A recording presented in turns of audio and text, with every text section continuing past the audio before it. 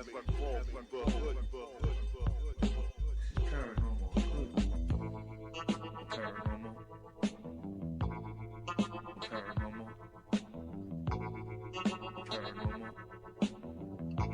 Paranormal. Paranormal. Paranormal.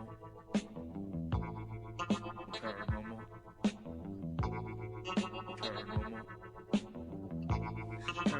Hood. Paranormal. Paranormal. Paranormal. Paranormal Hood. Paranormal. Paranormal. Paranormal. Paranormal.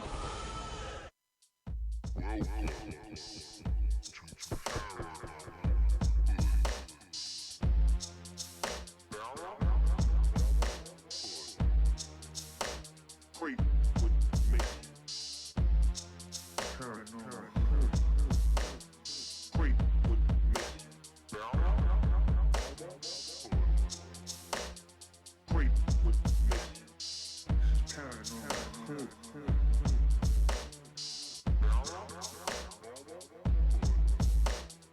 Creep with me. Creep with me. Creep with me.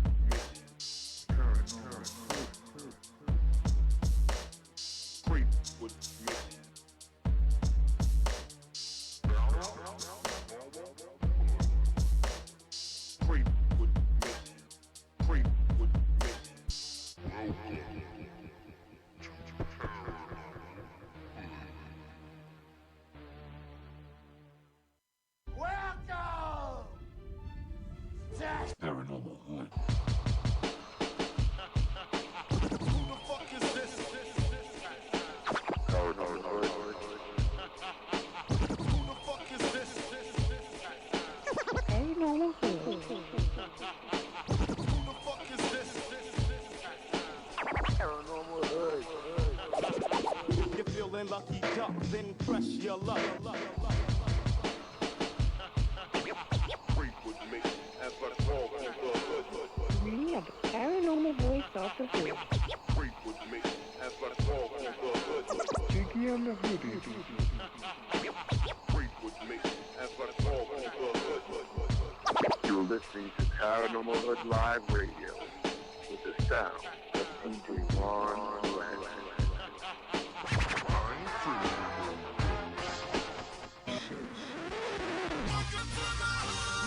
Keeping it on lockdown. All world is in the building. Welcome to my hood. Where ain't nothing normal. You can take a walk in my hood. Where everything paranormal. Everything paranormal. If you're scared of dying, we got something for you. Open up the door, you can be immortal. If you really try to ride, step into the buckle up. I'ma show you where it's at. We gon' burn a couple blunts, we gon' pop a couple caps. I ain't talking about 4 5s from the strap. Psilocybin driving, so we headed off the map. What you know about?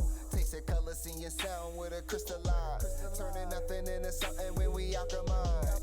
Vandalize the lies with the truth. Ain't nobody wanna take shots of this proof. All we ever wanted was the answers. Looking for unique, but our vision keep us phantom. Phantom black man, ghost writing in a pentagram. I'm from the place where our thoughts meet the program. Not too many open to the power that they hold. Just know that when we shine, it's the reflection of your soul. Supreme beings moving, watch the galaxy implode. We are not alone. If you not normal, welcome home. Yeah. Welcome to my hood. Where ain't nothing normal. You can take a walk in my hood. Where everything paranormal. Everything paranormal. If you're scared of dying, we got something for you. Open up the door, you can be immortal. If you really try to ride, step into the I gotta hold on to this feeling. I'll be seeing visions through the folds of the prism. Projecting all wishes, anything I want is given.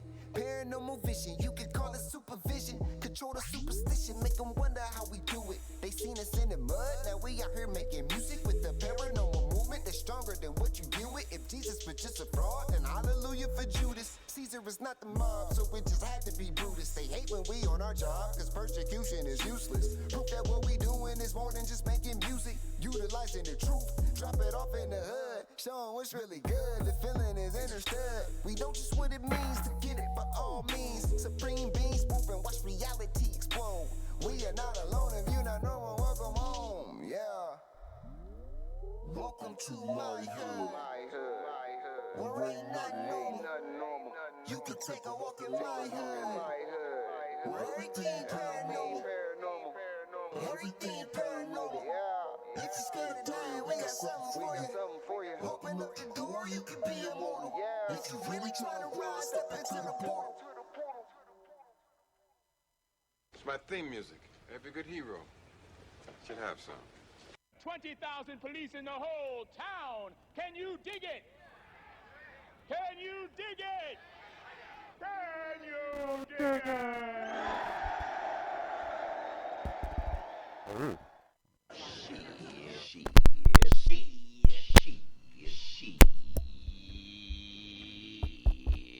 Smoke weed every day.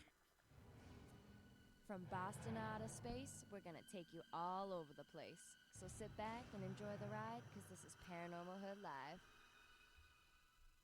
All right. You're gonna learn today. And you know this, man. Just mad cause your ass is old. What's Hood Hoodies? Welcome to the Thursday night. This is Paranormal Hood Live Radio. We're live and direct in the Garden of Knowledge Studios. I'm wearing my protective mask because y'all ain't going to give me no viruses. I ain't messing with y'all. Y'all ain't going to get me all sick. What's good? Good to see everybody. Smoke King will be back in a minute. He had to run out and get some blondes because we don't have any blondes. We can't smoke without blondes. Jonah Side, good to see you. Jonah Side, did you get off Twitter? For some reason, I couldn't find you on Twitter earlier, but good to see you. Always usually the first person in here if it's not me. UFO Gandalf, BGs, Michael Adams, Out of Mind, Dwayne Ohms. Did I miss anybody? Let's go down here a little bit more. See where we at. Raphael Marquez, good to see you, my brother. Jeanette Kozenko, right? I'm saying, yeah, Jeanette Kozenko, good to see you. I don't know why I said that name like I've never seen you before. Ryan Wilhite, good to see you. Lee, what's good, my brother? Lee Veltman's into his house. My brother in the long struggle in space. What's good to see you, KB? Midnight Blue. Just give everybody a quick shout out. We're going to get into some news in a minute, and Smoke King will be back. And what's up, Brad Gray? Did I say Nick Lucchini already? Did I already say Nick? I don't know. I think maybe I didn't, but if I didn't, well, I did now. Yo, what's up, my people over there in Oz, man? What's up with the toilet? Dex, you're killing me with the fucking toilet paper memes and stuff, man. You and VGs, y'all talking about toilet paper. That shit is, it's funny, but not funny in a sense. But I guess people don't realize that there wasn't always toilet paper. Like, people used to use cloths for everything. And, you know, women used cloths for sanitary napkins. Diapers were made of cloth. People used to wipe their ass with cloth and stuff like that. So, I mean, it's not like, you know, you're going to die if you don't have toilet paper. I think there's probably much more essential things that you would really need if the shit was really that bad. So, I guess. I don't know. Maybe they know something about toilet paper we don't know. If you throw toilet paper at something, does it deflect it or something? Maybe if you cover your house and, you know, we used to do that as kids. We used to go TP people's houses. Is that what we're supposed to do? Is that what it is? Someone explain it to me. Kelly Amaral, Mark Tarana. Good to see everybody. Bunya, good to see you. So, yeah, you want TP and Oz. That's what everybody has to send you guys. We got to send you all, like, box. Fuck anything else, right? Y'all just want us to send you some toilet paper. That is insane. But just so you know, it started here. Like, I was watching the news earlier, and they were showing California. And there were people like Costco, like all the Costcos are getting a run on them and shit. They have to limit what people can get for water and stuff and everything like that. So, I guess, whatever, man. Listen, toothpaste is the latest thing in toothpaste, too? Good God. Again, that's something that you could get natural things and make your own toothpaste at this point. You literally can do that, and it's probably healthy and better than anything you're going to get without fucking, what is that shit? I'm high right now. My brain's all over the fucking map. But you could make your own toothpaste and not have to worry about anything bad in it. So I use charcoal toothpaste, literally. Weed will help keep the virus away. I don't know. Listen. I know what the news says and stuff like that. It's just like I said, like anything else, we're all gonna die from something. You can sit around and panic and act like it's some zombie apocalypse and lose your fucking mind and just keep going with all this propaganda. It also seems funny to me that it happens to be a election year yet again. So it is what it is. I'm just saying, I'm not losing my mind over here. If I'm gonna die, I'm gonna die from something. So I just shit happens. You feel me? So yeah, good to see everybody. Thank you for rocking out with us. I know we started late, but you know, real life happens. And I told you on Thursday, sometimes we'll start late, but we're here with you. So we thank you guys for running over here. Coconut oil, yeah, pulling. They say, Lee, that actually pulling is one of the most, one of the best things you could do for your mouth, period, because it does stuff that even your toothbrush doesn't necessarily do. David Bucky, good to see you. That literally, when you're doing that, I think it's called pulling. I hope I'm saying it right. But you, when you put the coconut oil in your mouth and it does something, it starts to pull bacteria and pieces of food and stuff that your toothbrush doesn't necessarily get out of your mouth, and helps to really, really clean your mouth. And it's supposed to be extremely healthy for you. So, I don't know. Just saying. Worry about things that you can control, man. Get over there. Wait, where? Don't do that, smoking, because they're probably like, wait a minute, how's he doing that? They know where you're at. I spilled the beans. I told them that you had to take a trip to go to Mars to get the special blunts that we smoke, but since you can use the teleportation. Oh, no, you went right to the Stargate, because there's a Stargate. We can't tell y'all what a Stargate is, but he just went to the Stargate. He'll be back. Watch how quick he'll be back in a minute. The show's really going down. Hey, you had nothing but smoking for a couple months. So there you go. And then I come back, and all of a sudden the fucking trolls come out and shit. It's all good. All right, we'll do a little bit of news real quick, because there's some cool stories I have over here. Let's see. Ba, ba, ba, ba, ba, da, da.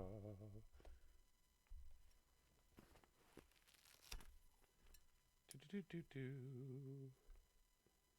Give me a second, please.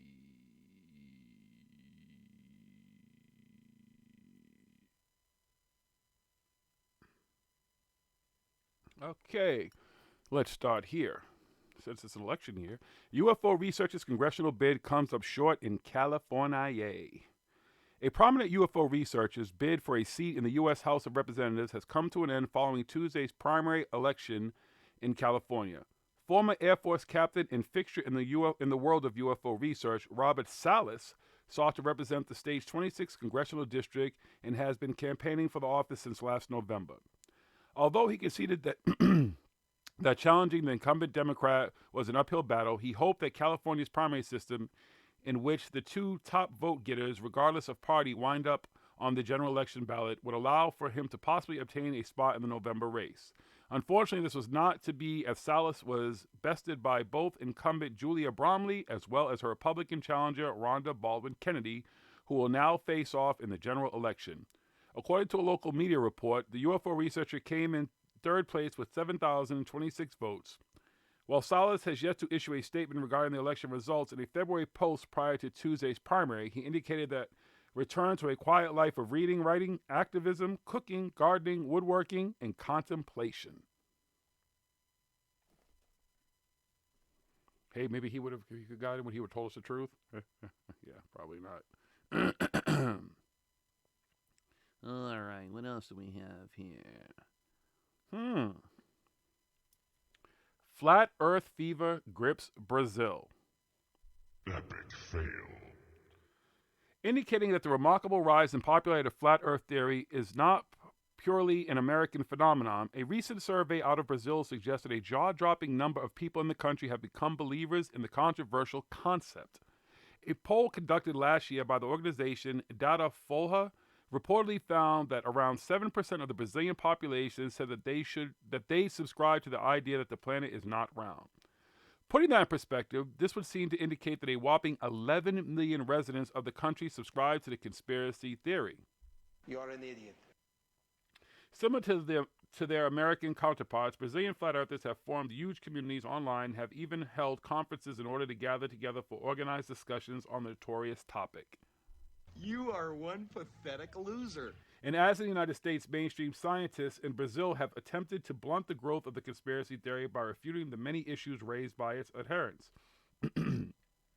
However, in an odd turn of events worthy of the very weird idea, flat earthers in the country have found something of an unlikely ally in the form of prominent advisor to President I don't know what this dude's name, Jair Bolsonaro, named Olavo de Carvalho.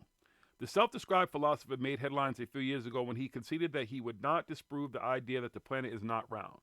Meanwhile, a Brazilian geophysicist named Dr. Alfonso de Vasconcelos has also helped to promote the flat earth theory by way of Portuguese language YouTube channel that exposes the idea and has nearly 350,000 subscribers. You suck, jackass. With the consultant to the to work on Mars, so I couldn't show everybody the pyramids. I teleported back here. I know. I didn't want them to see. I didn't want them to see you teleported them. I want them to know where the Stargate is. With both the consultant to the president and a PhD scientist supporting the conspiracy theory, it's not altogether surprising the concept has captured a portion of the public's imagination in the country. Ultimately, the surge in popularity for the conspiracy theory in Brazil, along with various incidents involving advocates to the idea in Scotland, Malaysia, New Zealand, and the United Arab Emirates, is a testament to the lack of better term global appeal of flat earth theory. Yo, flat earthers?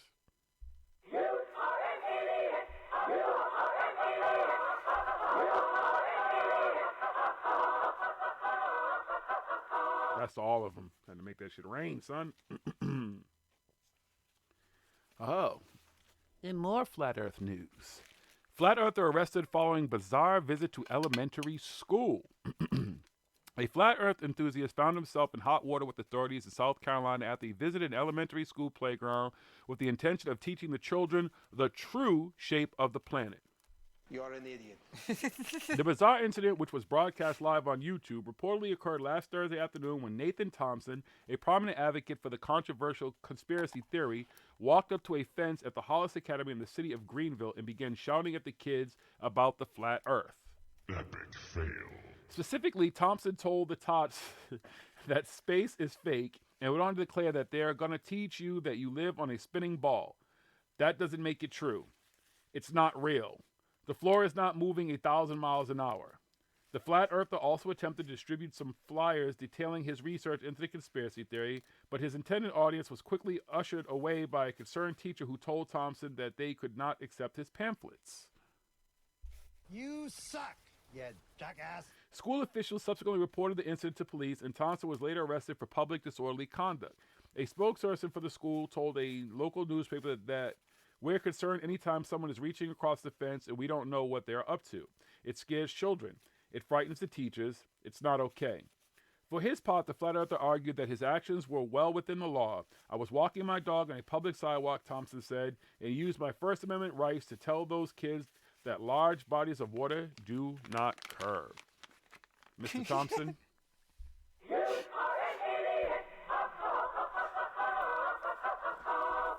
You suck. Yeah, and the reason that motherfucker ran up on a bunch of kids, because he knows if he runs up on a bunch of fucking smart, thinking adults who actually use their fucking brains, that he'd probably get laughed at and get ridiculed and treated like shit. He thought he could go to a high manipulate school some or kids. something. Yeah. Gonna try to manipulate some fucking kids. You're a fucking imbecile. Yeah. You are a huge nerd. Anomaly hunter spots mermaid in Antarctica on Google Earth. Yeah, look at the mermaid. An anomaly hunter searching for strange and unusual objects photographed by Google Earth spotted a puzzling oddity in Antarctica that some suspect could be a mermaid. Epic fail. The strange find was made by YouTube user Florida Marquise, like this, who uploaded a video showcasing his discovery over the weekend. In the presentation, he zooms in on the area of the frozen tundra where a dark curved shape can be seen. Hey, at least it wasn't Scott C. Warren. Just saying. Noting that the weird object is located inland, the anomaly hunter argues that this means that it cannot be explained by wind, ice, rock, and snow. What's particularly intriguing about the oddity is that it bears an uncanny resemblance to some kind of sea creature, complete with a dolphin-like tail and a flipper. A measurement of the object indicates that it's 65 feet long, which one would think precludes the possibility of it being a mermaid. But since such entities have never actually been seen, such a scenario cannot entirely be ruled out. You suck, you jackass. 65, that's a big, that's That's a big... You are one pathetic loser. Oh, man. Wow. That's a huge bitch. Observers online have offered a variety of theories for what the anomaly could have been, including the aforementioned mermaid, a dragon, and more prosaic suggestions such as a whale or a giant dolphin. More skeptical viewers are understandably less than impressed with the discovery and say that the creature is likely just a trick of light and shadow. With that in mind, what's your take that the odd Antarctic find? I mean, yeah, it literally looks to me like, because there's something else to the left of it, they don't show the whole thing, but it looks like just for some reason there's like rocks there or some shit. That are just mermaid though, a 65-foot mermaid. Who'd hit that? Come on, y'all tell me. Huh? Smash or pass? Who would smash? Who would smash a 65-foot mermaid? Who's got it in them? All right, I got another story here for all you aspiring astronauts.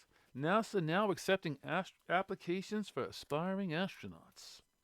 NASA is now accepting applications from aspiring astronauts hoping to explore the moon and Mars, but getting chosen for the job is, as one can imagine, no small feat.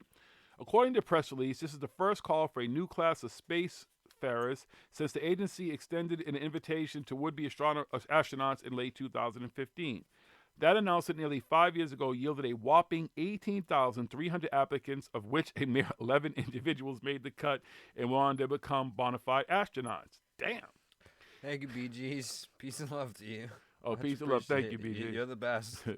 We will send the first woman and next man to the lunar South Pole by 2024, and we need more astronauts to follow suit on the moon and then Mars, declared NASA's Administrator Jim Bridenstine in the official announcement by the space agency. He went on to say that they are looking for talented men and women from diverse backgrounds in every walk of life to join us in this new era of human exploration. While Bridenstine's call to action sounds encouraging, the chair of NASA's astronaut selection board struck a more cautious tone. Becoming an astronaut is no easy task, Steve Corner mused. Because being an astronaut is no easy task, to that end, the space agency has listed several requirements for the job, which presumably narrows the field down to a select few. Specifically, would-be NASA astronauts must be American citizens possessing a master's degrees in STEM field or failing that a medical doctorate. Applicants with test pilot training will also be given consideration during the process as well. Those who meet those rather stringent benchmarks will also have to pass what is described as a long-duration spaceflight physical, presumably to ensure that they can withstand the rigors of the job. The deadline to apply to become an astronaut is March 31st, and the final candidates are expected to be chosen around the middle of 2021, with training set to begin shortly thereafter. For those wondering what an astronaut gets paid, a genuine job listing by the space agency indicate that the salary ranges from $104,898 to $161,141 per year. Who's going to go? Come on. Who's in it? Oh, yeah. I feel like I get that they kind of want the best and the brightest, but don't you think they should let a couple of average people go too, just to see, like, you know, so maybe you don't have a master's degree and shit like that, but why couldn't you still be an astronaut? I'm just saying, right? Bring a couple regular folks up there, let them do well, their thing. because getting a master's degree is not an easy thing to do. It takes a lot of discipline and stuff, and being an astronaut takes a lot of discipline. They don't just want, you know, fucking. Hey, I saw Armageddon. They don't want Joe They Dirt. took Bruce Willis. They don't Owen want Joe Wilson. Dirt up on the fucking up in space. You know what I mean? On a space shuttle. All of a sudden he forgets what he's What doing. about He's like, Pookie and this Ray Ray button now?" right here, and he opens up the cargo bay hatch. Everything flies out and shit. We're fucked. All right. Got another fucking. Oh, this person right here gets an award for the year. Woman faces blindness after getting eyeballs dyed black. Wow. Epic fail. A Polish woman named Aleksandra Sadowska has gone blind in one eye after getting her eyeballs dyed black by a tattoo artist in Warsaw. The 25-year-old sought to emulate the look of rapper Popek, but the tattoo artist made mistakes in the process, using ink for the skin rather than the eye. Wow. She has undergone medical treatments to try and save her vision in the second eye, and now the tattoo artist is facing prison time for the botched procedure. Further details can be found in the Daily Mail. She is pictured above in her Instagram feed. Her Instagram feed, if you want to see her, is Anoxi, ANOXI underscore, or underscore, what is that? Underslash, what do you call that shit? Yeah, underscore. Yeah, underscore CIME. Wow, this chick looks crazy. All right. Hold on. Regardless of whether or not it's ink for the eye or ink for the skin, you just did. Why is there ink for the eye? See what had happened was. What the fuck do maybe you need a tattoo of your eye for? People who have, I don't know, maybe they dye people's like. Oh yeah, I could see for somebody's got particular one of reason, those eyes there, but just to let anybody go and tattoo their eye, like. But she want to look like her favorite rapper, yo. You know what? Sorry, young lady, but.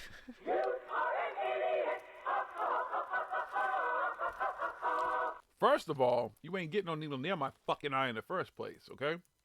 I won't get contacts 'cause I need glasses for driving, but I won't wear contacts 'cause I cannot put anything. I can't put eye drops in my fucking eye. It's a fucking process. I literally have to try to hold myself down to put fucking eye drops in. Do you really think that I'm... Okay, whatever, man. Anyway, it's fucking tattoo in your eye. I guess, fucking. Wow. You're an idiot. All right, let's do one more story here. Which one do we want?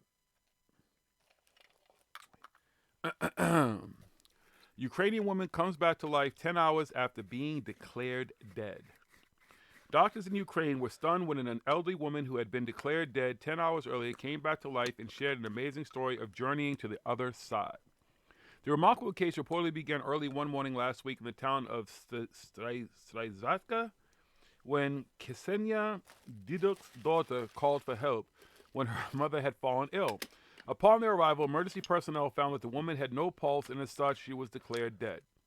Since they were certain that Diduk, I think is how you say her name, had passed away, the medics departed the home and left her body behind with her heartbroken family.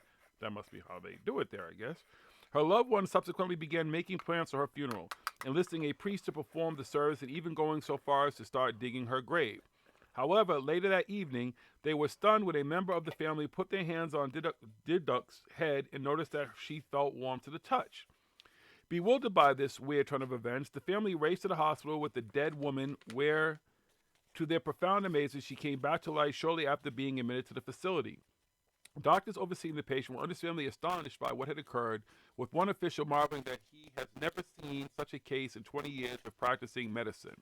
Although it was later determined that Diduk's had fallen into a coma, the woman offered up a far more fantastic version of events from her perspective. At some point during the ordeal, Diduk vividly recalls she crossed over into a realm that she described as the kingdom of heaven. The woman even revealed that she was beckoned to stay in the afterlife by the voice of her late father. Why exactly she wound up returning to the earthly plane is uncertain, as Diduk merely mused that apparently God had mercy on me. The priest who would have performed her funeral rites echoed this thought, declaring that a miracle of resurrection has occurred. Or maybe you just had some shady, shifty, not really good motherfucking EMTs come and look you at. Good thing they didn't take her to the hospital, because they probably would have fucking buried her ass real quick and shit and buried her alive or some shit. Oh, that's a good thing they did take her there and not to the funeral home. Yeah. I guess. But damn, they just left her there? They just like, all right, let's leave your body. Y'all go take care of this shit. This ain't our problem. All right, how much time? I'll do one more quick story. Man arrested for crashing truck into Easter Island Moai statues. A Chilean man is in considerable legal trouble after he crashed his truck into one of Easter Island's sacred Moai statues. The shocking incident reportedly occurred this past Sunday when the unnamed driver plowed into a platform that held one of the iconic and mysterious monuments. As one can imagine, the unfortunate episode, which may have been intentional, has sparked an outcry on the island. Camilo Rapu, who heads the Mao, I don't know what this word is, Hanua community, which oversees the care and conservation of the statues, declared that something like this isn't just dreadful. It's an offense against a living culture that has spent the last few years fighting to regain its historic and archaeological heritage. This sentiment was echoed by the mayor of Easter Island, Pedro Edmonds Paoa, who lamented that the damage caused by the crash is incalculable. He went on to call for stricter regulations when it comes to allowing vehicles near the sacred statues in order to prevent similar incidents from occurring in the future. As to the motorist who created the mess, he was arrested shortly after the crash and charged with damaging a national monument. One assumes that he will likely face a harsh punishment, especially if it can be confirmed that he committed the act deliberately. Wow. To him, I say.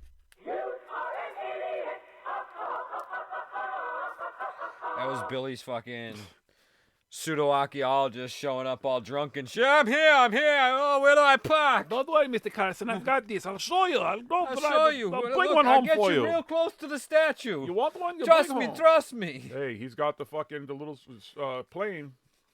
Don't let Billy fool you. You know, he's Mr. Carson. All right, folks. But that's it for the motherfucking news. Here, in fact, you know what? Here. This is Billy Carson, a.k.a. Forbidden Knowledge, and you're listening to Paranormal Hood Live Radio. They are the paranormal voice of the hood. I love it. Isn't that one awesome? That one is fucking awesome, isn't it? All right, folks. That's it for the news. Let's jump into some topic tonight. Sorry late, but we're still here. Thank you, everybody, for joining us. Let's see. Who else is in the room real quick? What's going on in the chat? We're going to be talking about the founders of this modern age woo-woo. Now, if you came here expecting us to start just talking about, obviously, the people we all love to talk about, the DWs, the Corey Goods, the Billy Carsons, the Emery Smiths, the Stephen Greers, this pretty much everybody almost, well, I won't say everybody, but a good percentage of people who are attached to this field, those are just the new swingers, the new hitters, the new faces of the woo. The people we all know and love to make fun of and watch and not understand how people follow these fucking people and stuff like that. But do you ever wonder and do any research and find out where it actually came from? Like where all this shit started? Like who was kind of the first? Like who were the first people to kind of put this stuff out there and kind of go against the grain and step outside the circle or step outside the box and just fucking go full woo-woo? And you know, you don't never go full woo-woo. You don't never do that. So we're going to talk about that tonight. Let's just see who's in the chat. Say what's up. Steiner Bobina, what's going on? Did I see Blue Eyes? How are you? Stephen Camion, good to see you, brother. Welcome, welcome, welcome. Anybody I miss? I haven't really been able to monitor the chat because I was doing the news. So, yeah, BGs, thank you for your donation.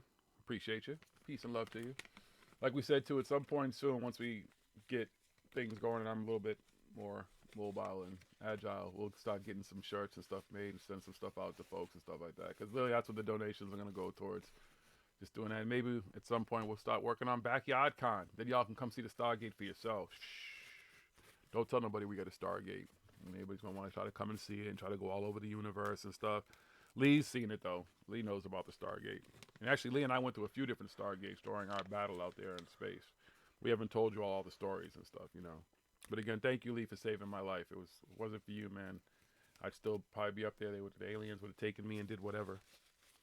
They would have sent me back as a robot or something, a super soldier maybe. I don't know.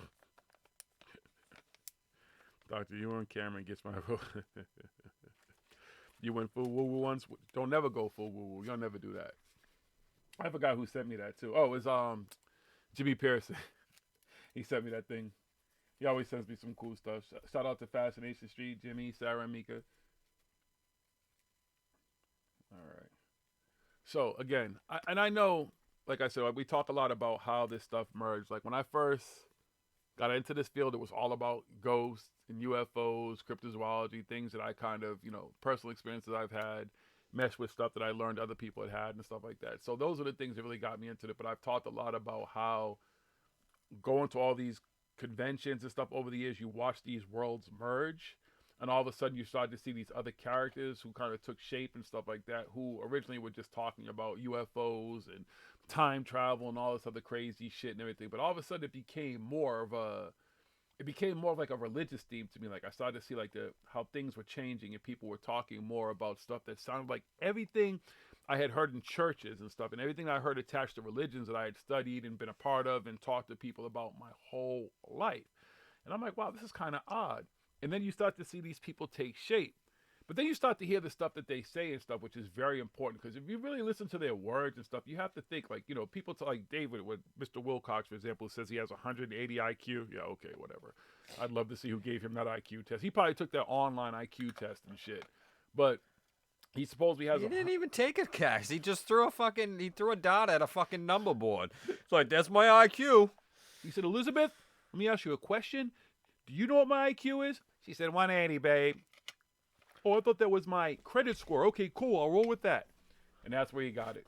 But you start to see people like him take shape and all these years talking all this stuff and everything. And then he starts talking about, goes from just aliens to, him, like, thank you, Lee, being a reincarnation of Edgar Casey. He starts talking about the being raw and the law of one material and all this different stuff, and starting to put like religious texts in a sense to his stuff, like a really cultish activity.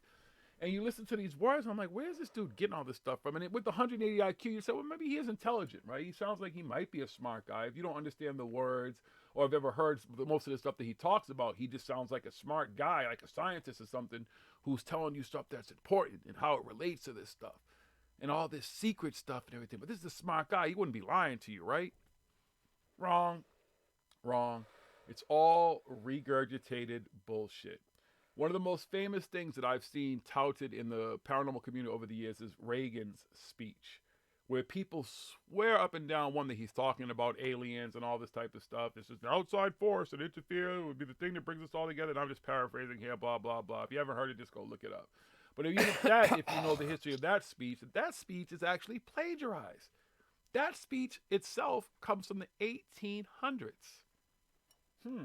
Now, what the fuck were people doing in the 1800s that would affect the way we live then when Reagan was fucking president to even now?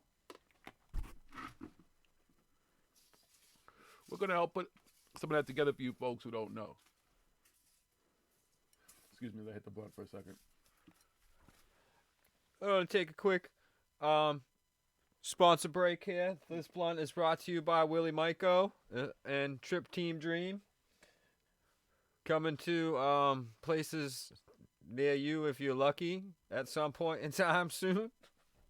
So remember to get your Willie Myko and Trip Team family, Trip Team Dream. Oh, you can come smoke somewhere else. Anyway, shout out to Willie Myko and for this Trip Team Dream that he gifted us when he was here last night in the studio and everything. Okay, but yeah, it really is some good shit. Say yes to drugs. I don't say yes to drugs. I don't take drugs. I smoke weed and do psychedelics. I don't consider either of those things drugs. Watch podcast. I am a drug. We are drugs. War podcast says 1800 there was no TV, so people generally smash more. Shit, why did they have so many fucking babies back in the day? They had nothing else to do but have sex. It amazes me at 50 years old, I'm a grandfather. And people say to me like, oh, you're young. Like, I'm like, are you fucking kidding me? Do you know what people were doing back in the day? How old they were when they were getting married and having babies and shit? They were grandparents in their 30s. Get the fuck out of here. Ain't nothing new under the sun.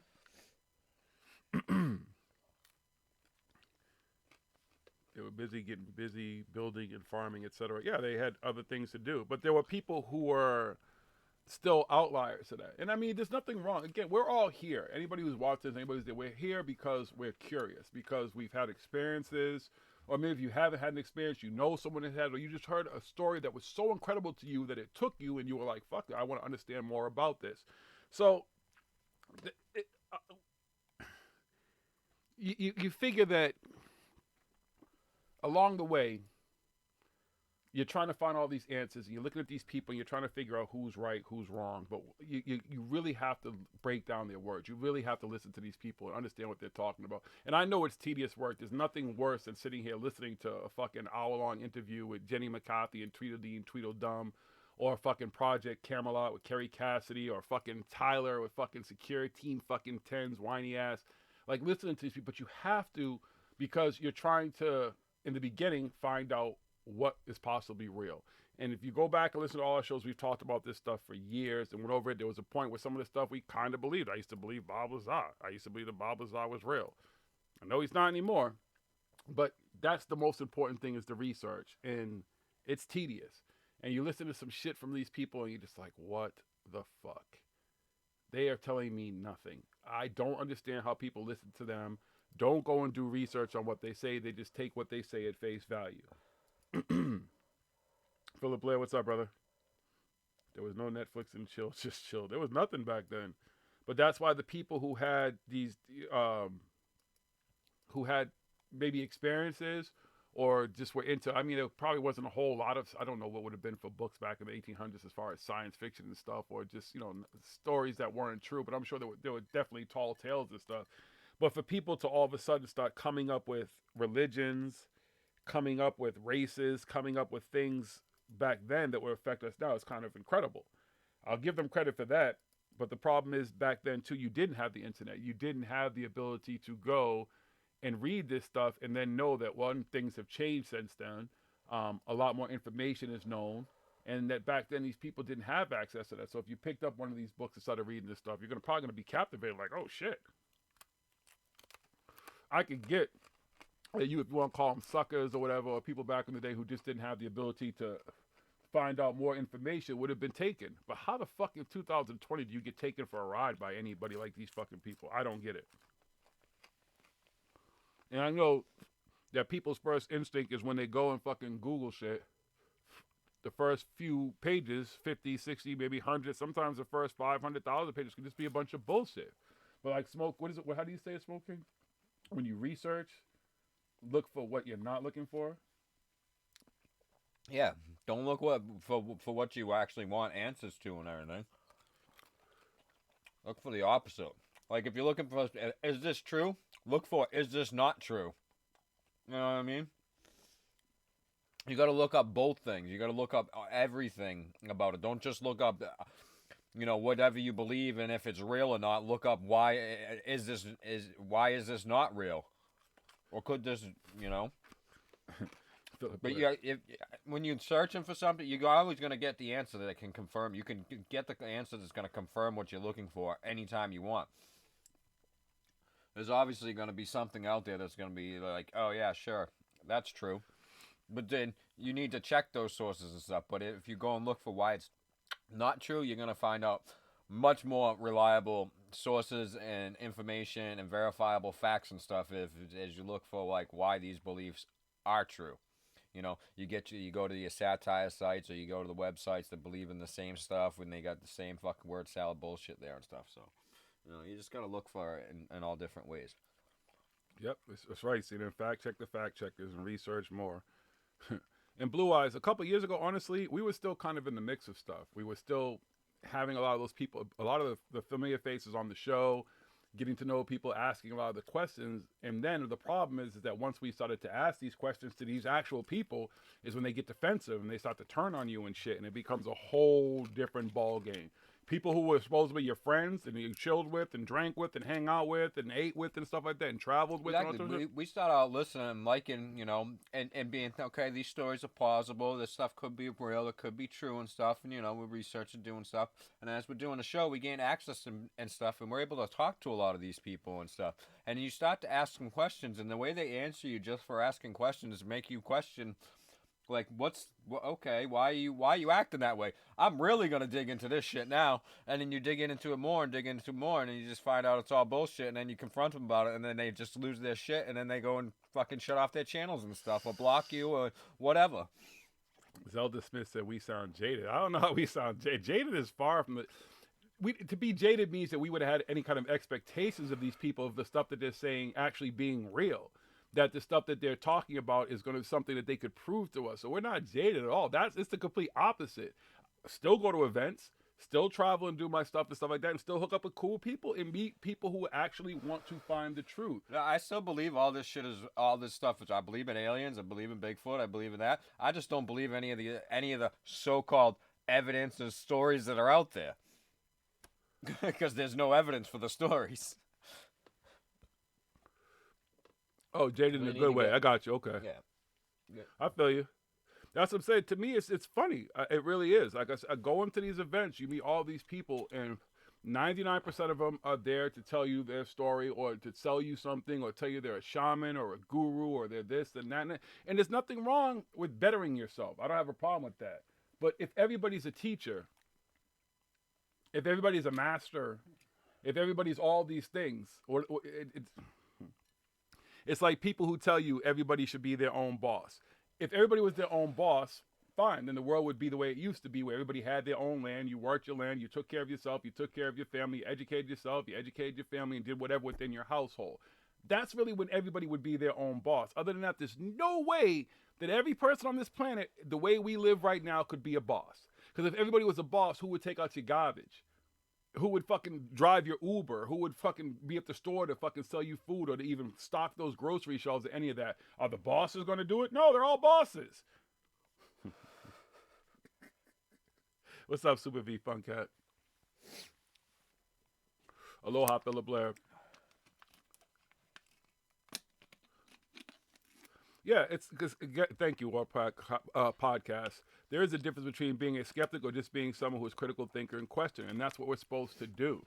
That's exactly what we're supposed to do, especially if you are honestly looking for the truth, and you stop at anybody, us, Steve Cambion, David Wilcox, anybody, coast to coast, anybody out there who's a talking head or a figure or whatever in this field. If you stop at anybody, then you're not a critical thinker. Unless somebody literally takes you in a spaceship and takes you up into space or whatever, or shows you that alien yourself, and you know it's a real alien, and you stop at that, so you're not a critical thinker. You've stopped. You've found whatever, and you become like everybody else. You got the answers. They gave me the answers I wanted.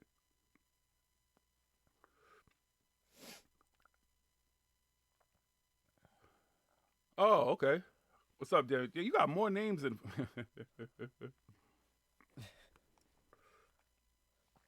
Good to see it over. Real shamans are humble and they don't get in on the scene. Exactly. We were talking about it last week. A real shaman lives on the edge of the village, on the edge of town, in the middle of the woods. He doesn't come seeking out people to help them.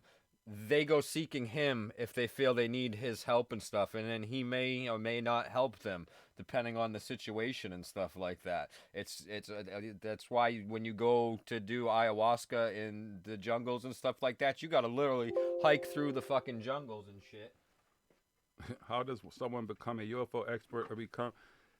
Listen, there's to go get the ayahuasca, or you could have it delivered to your house by our new sponsor, Willie Michael of Trip Team Family. No, just kidding.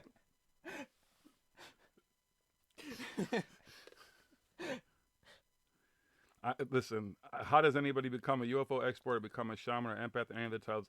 Everybody's empathic, first of all. Some people are just a little bit more sensitive than others. When people talk about their empaths, I'm like, okay, and everybody is.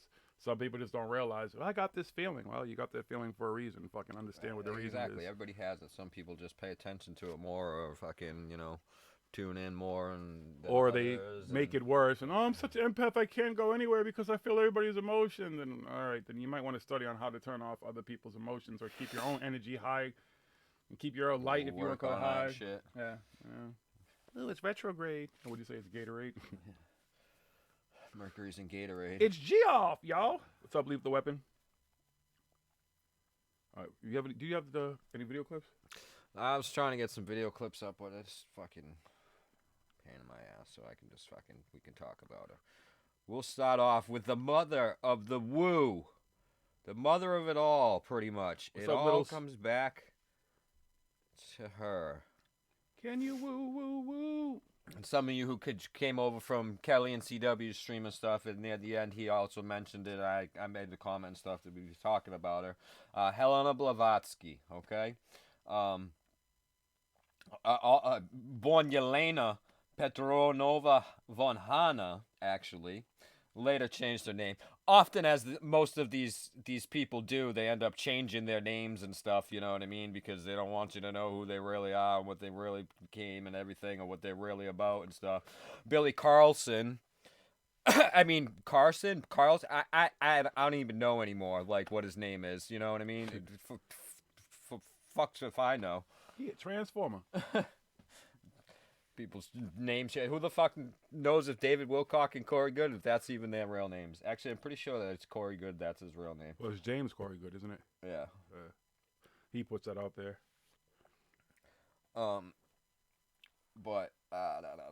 Anyway, so she was born in 1831. Okay, so this shit is going way the fuck back there. Okay, pretty much before her, you're not going to find anything really about this fucking spirituality, woo-woo fucking bullshit. Maybe a little bit, but she started it all right? So She was a Russian occultist, philosopher, and the author who co-founded the I can't even freaking say it. The Theosophical Society in 1875. I have to, if I'm going to be saying words like that. And she's the leading theoretician of the theosophy and the esoteric religion of that society promoted.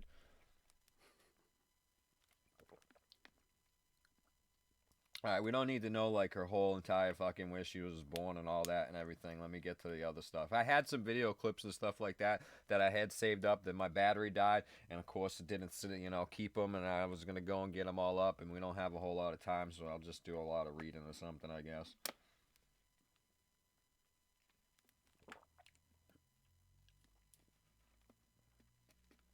Alright, embracing spiritualism and establishing the Theosophy Society.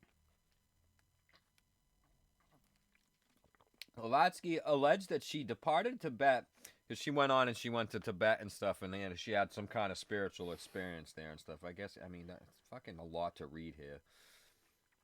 Alright. If anybody's coughing, let me know to put my mask on, please. I don't want to give me anything. Yeah. All right, we'll go a little bit of her background. So she was born into an aristocratic Russian-German family in Yekaterinsk, or however the fuck you say that shit. Then in the Russian Empire, now Ukraine. Blavatsky traveled widely around the empire as a child. Largely self-educated, she developed an interest in Western esotericism during her teenage years. According to her later claims, in 1849, she embarked on a series of world travels visiting Europe, the Americas, and India. She also claimed that during this period, she encountered a group of spiritual adepts, the Masters of Ancient Wisdom, who sent her to Tibet, where they trained her to develop a deep understanding of the synthesis of religion, philosophy, and science. Both contemporary critics and later biographers have argued that some of or all of these foreign visits were fictitious, in that she spent this period in time in Europe and never left Europe. There's no evidence that she left Europe at all during this time. She says she did. She says she went all these places, but her passport says otherwise. Hey, if you have those books, back then it was like going to those places.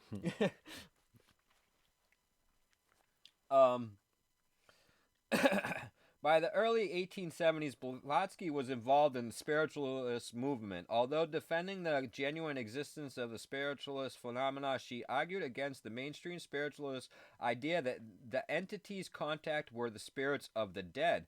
Relocating to the United States in 1873, she befriended Harry Steele Olcott and rose to public attention as a spirit medium, attention that included public accusations of fraudulence. Of course. Where's any evidence to any of this stuff, okay? All these people that are out here telling all these stories, when you ask them for their evidence, they're like, they covered it up. My dog ate it. It's in the Smithsonian's basement. It's in the Smithsonian basement. In the Vatican. It all equates. It's the same thing as a fourth grader saying, my homework, my dog ate it. Well, obviously that you didn't do it and shit. There is no evidence. There's no homework. There's no evidence. Well, anyway, so she was accused of fraud a few times when she got over here with her good old friend Henry. In New York City, Blavatsky co-founded the I'm gonna get it right one of these times. I know I can say it, but Theosophical Society with Olcott William Quan Judge in 1875. In 1877, she published ISIS Unveiled. Bum bum bum. Where's all this ISIS bullshit come from? A book outlining her theosophistical worldview, associating it closely with the esoteric doctrines of the Hermeticism and Neoplatonism. Blavatsky described theosophy as the synthesis of science, religion, and philosophy. Oh, what do we got in the New Age fucking religious fucking spiritual woo-woo bullshit? Cherry picking a little bit from each column. Where did that idea come from? Madam Helena Blavatsky. I tell you your future. You give me $1. Look into crystal ball. Look into my eyes. I'll tell you future. Everything will be good. Proclaiming that it was reviving an ancient wisdom. Oh, where do we hear this shit all the time? What, you think David Wilcock, Corey Good, and fucking Billy fucking Carlson came up with that shit on their own? I'm gonna go with that's a no. Which underlie all of the world's religions. In 1888, she and Olcott moved to India, where the society was allied to the Arya Samaji, a Hindu reform movement. That same year, in Ceylon, she and Olcott became the first people from the United States to formally convert to Buddhism. Although opposed by the British administration, theosophy spread rapidly in India but experienced internal problems after Blavatsky was accused of performing fraudulent paranormal phenomena. Amid ailing health in 1885, she returned to Europe, there establishing the Blavatsky Lodge. Here she published The Secret Doctrine, a commentary on what she claimed were ancient Tibetan manuscripts, as well as 2 other books, The Key to Theosophy and The Voices of the Silence. And she ended up dying of influenza. All this magical powers and everything like that, but she can't stop the flu. None of these people, they can ever stop the flu. Can't ever stop nothing. They got all these magical powers, but they age like normal humans. They get sick like normal humans. They end up dying like normal humans. They ascend.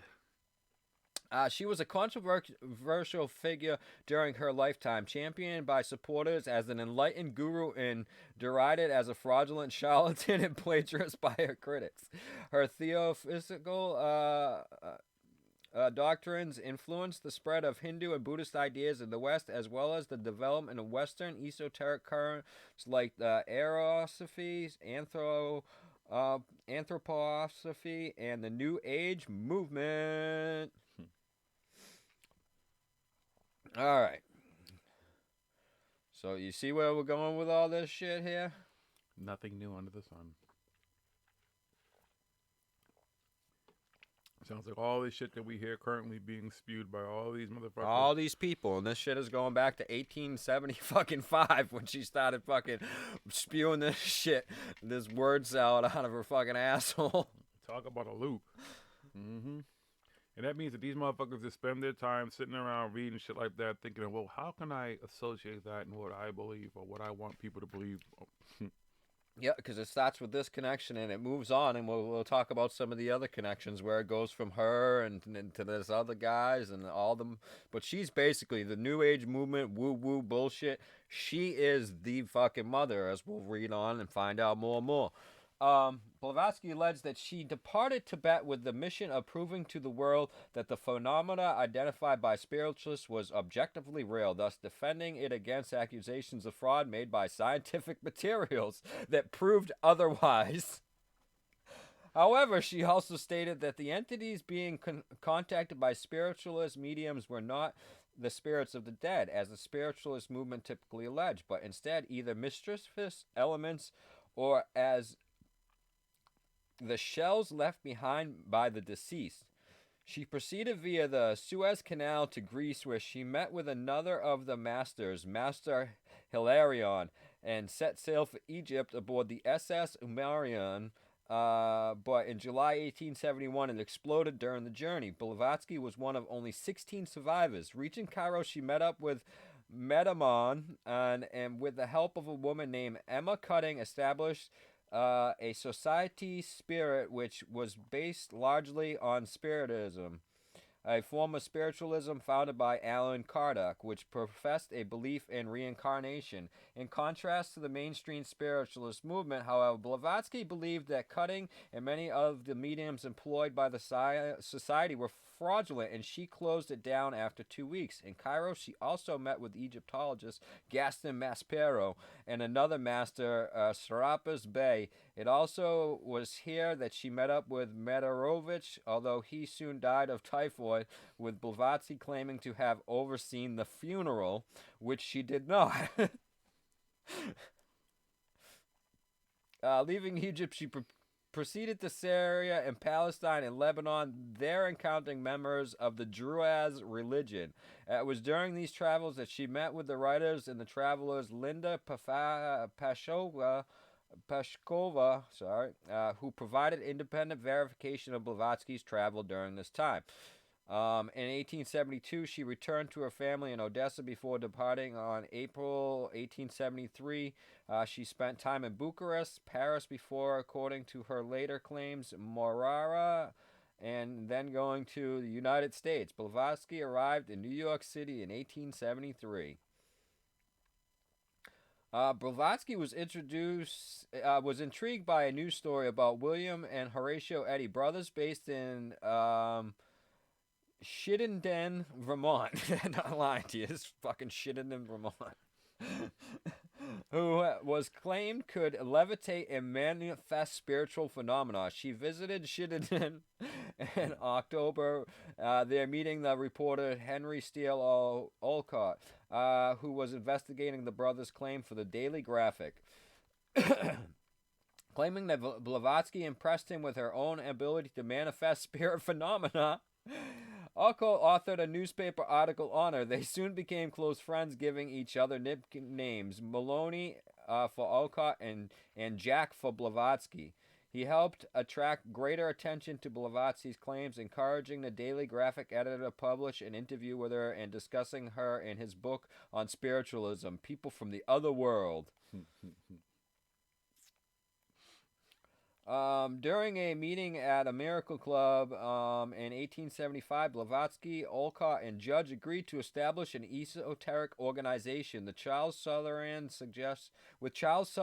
suggesting that they call it the Theosophical Society, with the term theosophy coming from the Greek theos, God, and Sophia, wisdom, thus meaning God wisdom or divine wisdom. The term was not new, but had been previously used in various contexts in the Philanthropians in the Christian mystic Jacob Boehm. They would often argue over how to define the new religion. With Judge expressing the view that the task was impossible, Blavatsky, however, insisted that theosophy was not a religion in itself. Lachman has described the movement as a very wide umbrella under which quite a few things could find a place. Hence, what we have today, you have the paranormal, you have the New Age religion people, you have the fucking ancient alien conspiracy theory people, all under one umbrella, all under one thing. Woo-woo, bullshit. On Foundation, Olcott was appointed chairman with Judge's secretary and Blavatsky as corresponding secretary, although she remained the group's primary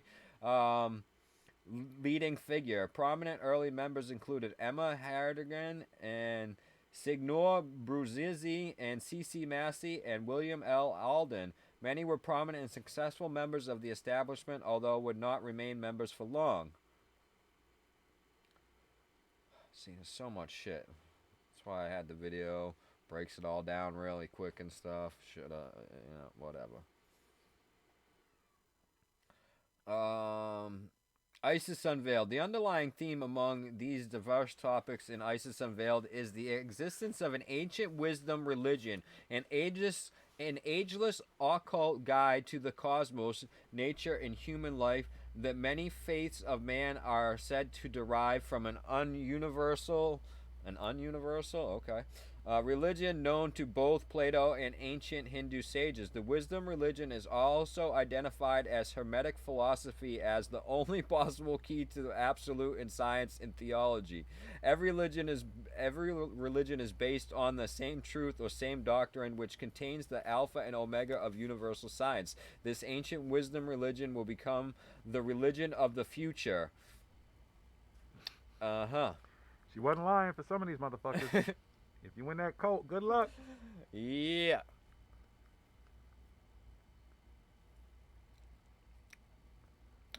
Let me try and skip through to some of this good stuff while I light up another blunt here.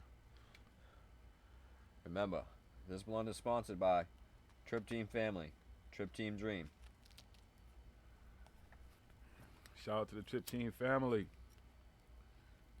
Folks, I'm going to be like a flight attendant. Now, when you get your mask, you place it on your face. And then you want to make sure, depending on what kind you have. Now, mine has two things. One, you have these ear holes where you put in your ears. And then you take the strap it on your head. And then you're safe during the flight. Mask.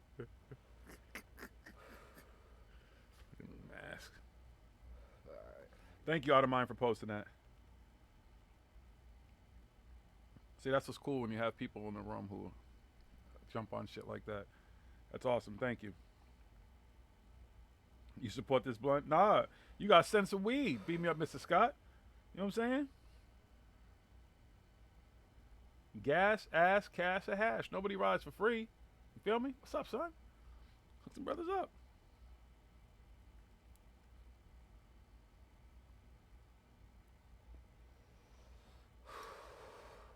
Sorry, he's just going to get, because the way the videos were set up, it would have broke down everything we need to break down, but since we can't get the videos to work, he's just skipping ahead. Lethal Weapon, everybody claims they're a part of some project or some shit, whatever. I told you all, if all these people are true, then it was true. Me and Lee Veltman, we were out in the universe, fighting aliens on different planets and stuff. We actually smoked space weed and got to go to other galaxies and dimensions. And then we were fighting these new aliens who were trying to fuck with Earth. And they gave us adamantium helmets. And we have vibranium shields. But the alien, he did some fucking, like, you ever see that movie Wanted? Like, somehow he made the fucking laser come around the shield somehow and hit me. And I got hit in the chest and shit. And I got all these fucking movies. You see the shit is nasty under the shirt. Trust me. Feel me? So, hey, that's real too. Fuck 20 in backs. We would do 100 in back, son. I just got offered 1,000 in back. What you know about that? Imagine 1,000 years going by like that.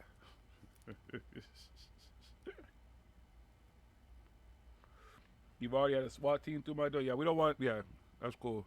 See, we live in a, weed is legal here, so we live in a state where we don't have those type of problems. So yeah, we don't want a SWAT team coming through your door, homie.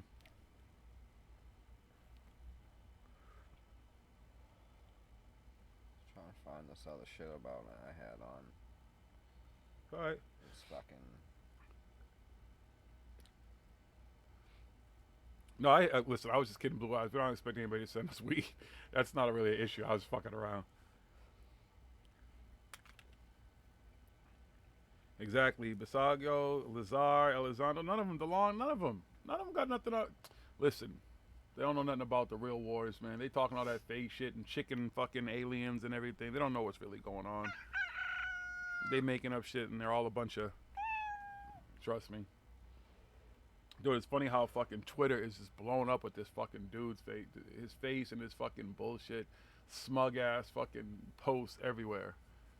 It's hilarious.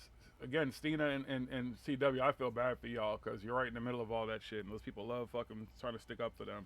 Although I can see the tide turning, but it's just hilarious. That dude does not know when to fold them. You know what's crazy about that video? I left a comment and he deleted it 3 times. But there's people that are over there saying how he banged Joy and his fucking wife's gonna leave him and all this stuff. And he left all those comments up there. Didn't delete any of them. But he kept deleting my fucking comment. Stacy, are you having problems at home? I guess he doesn't like the truth.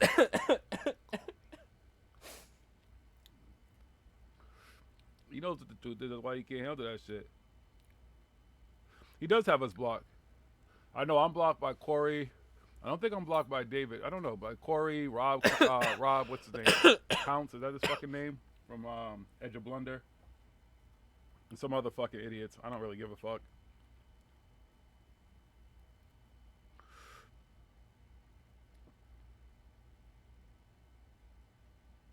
They could block us all that. Listen, enough of this shit gets tweeted anyways. You can block people, but people retweet stuff and stuff. So you're still going to see 99% of the stuff, and people take screenshots and put that shit out there.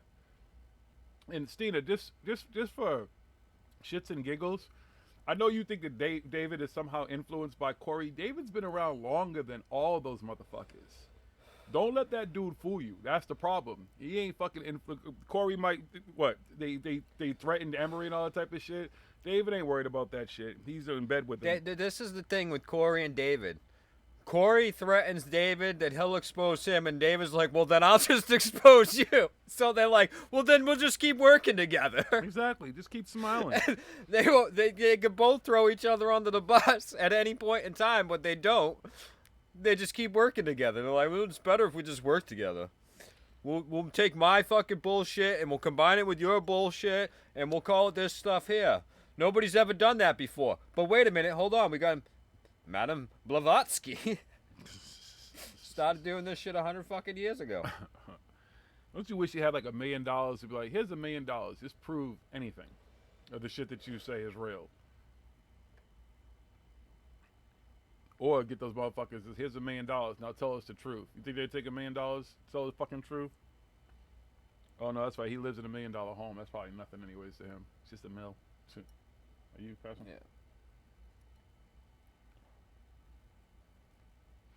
Oh, where the Twitter fuck is can the be shit fun that out of I mind, had? but the only problem is like when you get the random fucking people who aren't even involved in some tweets sometimes, and they jump in, and then their friends jump in, and it just becomes a whole bunch of shit of a bunch of people. I'm like, who the fuck are you, and why am I seeing your fucking tweets? I don't really care. Fuck you. If any of y'all are friends with Ari Stone, so she's the person that was involved in a lawsuit with Corey, I'd like to know if he had to defend himself at all.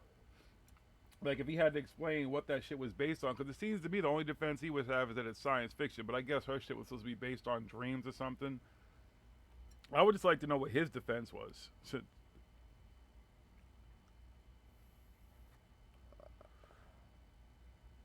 All right, so it starts off with Helena Blavatsky. She influences this guy here, Rudolf Steiner, who goes on to attempt to find a synthesis between science and spirituality. His philosophical work of these years, which he termed spiritual science, sought to apply the clarity of thinking characteristics of Western philosophy to spiritual questions, differentiating this approach from what he considered to be vaguer approaches to mysticism. In a second phase beginning around 1907, he began working collaboratively in a variety of artistic media, including drama, the movement arts, and architecture, culminating in the building of the Golteomnium, a cultural center to house all of the arts. In the third phase of his works, beginning after World War I, Steiner worked to establish various practical endeavors, including Rudolf, education, biodynamic agriculture, and anthroposophical medicine.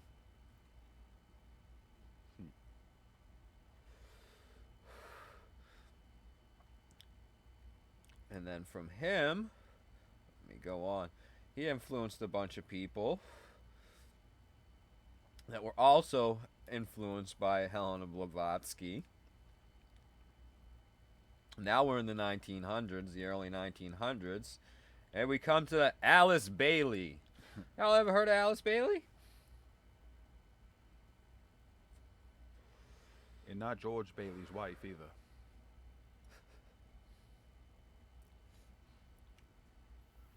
So Alice Bailey was a writer of more than 24 books on theosophy subjects and was one of the first writers to use the term New Age. Bailey was born Alice Latrobe Bateman in Manchester, England. She moved to the United States in 1907, where she spent most of her life as a writer and a teacher. Her main ideas in her writings are the 7 rays of energy.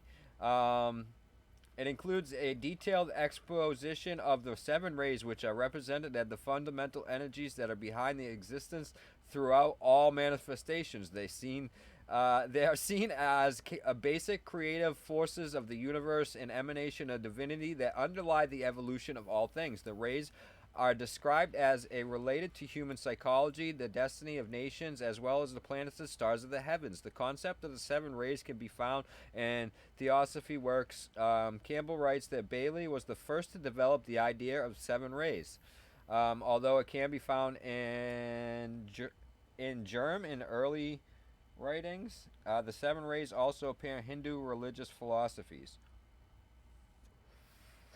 She believed that the esoteric astrology, the esoteric healing, the constitution of man. All right, so let's see. Esoteric astrology is part of Bailey's ageless wisdom teachings, which she said were relayed by her Tibetan master. The esoteric astrologers who followed the teachings of Bailey typically based their work on her 5 volumes treatise of the 7 rays, particularly volume 3, which focuses on astrology. Her esoteric astrology deals with the evolution of the soul consciousness and the obstacles to that evolution of ascension. Ascension. Ooh. Ascension. Wonder where all that's coming from. Hear that a lot lately. And that brings us to esoteric healing. Her teachings on healing primarily concern the relationship of the soul to personality, of the spiritual to the material nature. In her view, all disease has its ultimate root in some type of blocked or inhabited soul life or energy. Wonder where all that shit is coming from. All these people is talking about these days. Wow, 2020, huh? Fuck. All the way back then, 1907 and shit.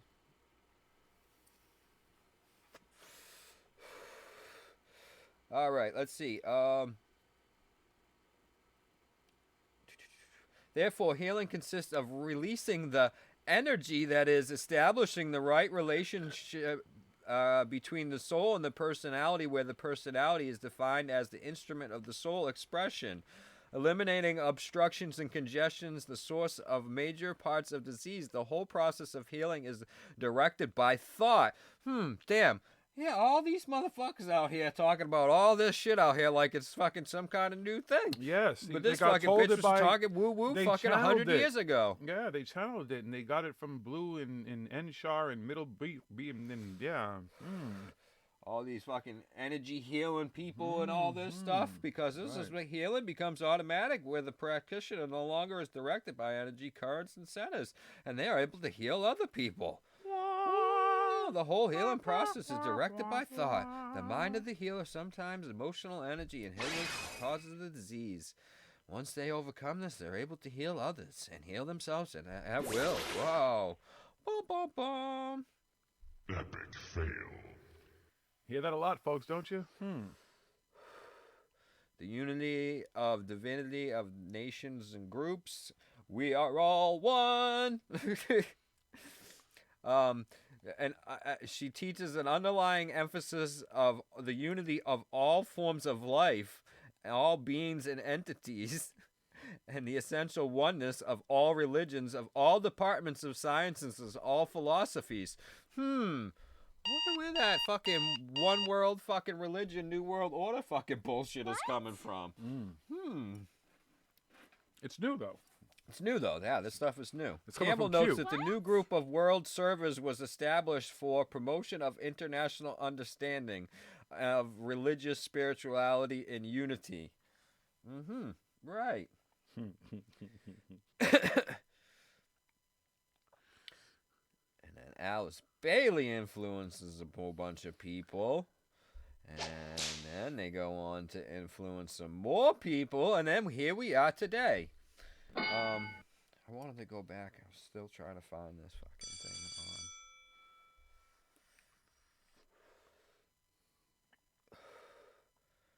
on this fucking lady.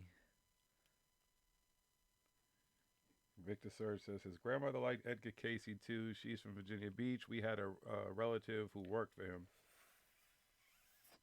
Yeah, you go on from Bailey and stuff. She's connected in. She was with Casey and everything like that. She was also connected with what was this fucking doctor guy? And this guy, he was with the CIA and stuff. She was in on these testings and stuff. And this guy later on, he was involved with the testings and the remote viewing stuff with Uri Geller and stuff. And he started out doing this stuff with Alice Bailey, was doing these fucking things with the CIA and or whatever and stuff it was at the time, because I don't even know if it was the actual CIA. It was some fucking thing, and then it turned into the CIA or something like that. You talking about the program that they were all part of? Yeah. I can't remember the name of it either, because we did a whole thing on that fucking stuff.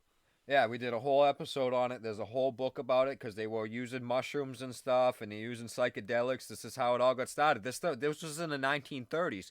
Most people fucking talk about what's it? Fucking Project Monarch and stuff and everything, and all these other fucking things. And what's the other one? Fucking, I should know it. Fucking with the acid and stuff and everything. Later on in the 60s and stuff, but they were doing stuff with psychedelics in the fucking 30s. They were with mushrooms and other things like that, and or whatever. And this, I can't remember what the fucking doctor's name was right now. I have the book somewhere. It actually might be down here. I have the book. And he wrote this whole book about it and how he got involved with all this shit and everything. And like I said, Alice Bailey is in it, and who else was in it? At first, Bailey and some other lady, and she freaking talks about how she knows this guy who was from Egypt, and he can talk to some Egyptian gods, and he channels these Egyptian gods. And this doctor guy who's working with the fucking in the military, yeah, he was in some branch of the military and stuff, which later became like CIA and stuff. And so he's like, I gotta meet this guy, and this guy's telling him all this stuff, and he's fucking believing every word that he's saying, and he's telling him these words, and they're trying to get them transcribed, and nobody can transcribe them, and it's all kinds of crazy stuff, and then they do all kinds of tests, and that's how later on, eventually, he meets up with Uri Geller in his early days and stuff. When this is later in this doctor's fucking life,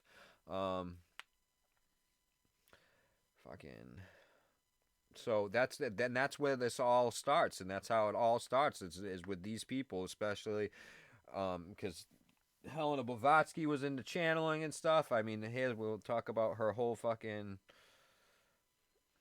She's the fucking one who came up with the 7 root races and everything like that. The Aryan race and the Atlantean race, the Lumerian race, the Hyperborean race, the future ascended race.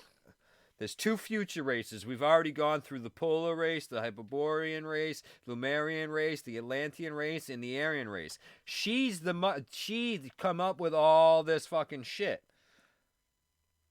Lemuria, all these things, this whole root race and stuff. The Aryan race has strong ties to the Nazis and what the Nazi party believed and everything, which they got from her, and she's tied to the Nazis and everything as well and stuff, because she which, hold on, I think we can get that. I think that's in this article here. I'm gonna have to go through it in 1 second here. So yeah, there's still 2 more races yet to appear, you know what I mean, after the ascension or whatever the fuck it is that's supposed to happen.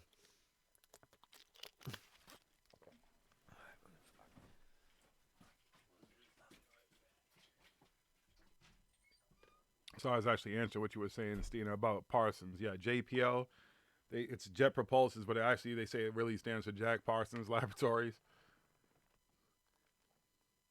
Just crazy connections. But again, if you listen to these people, you see exactly where all this stuff came from. And all they did was listen to other people along the way, and then maybe even trace it back to these people and just add their own spin, their own tales, their own fucking names to these things.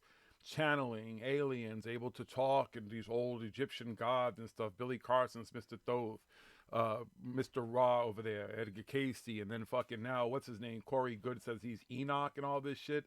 Like, they always claim to be all these powerful beings and stuff. Then why are they fucking petty fucking? They're like petty cash thieves. They're like the dudes with the fucking.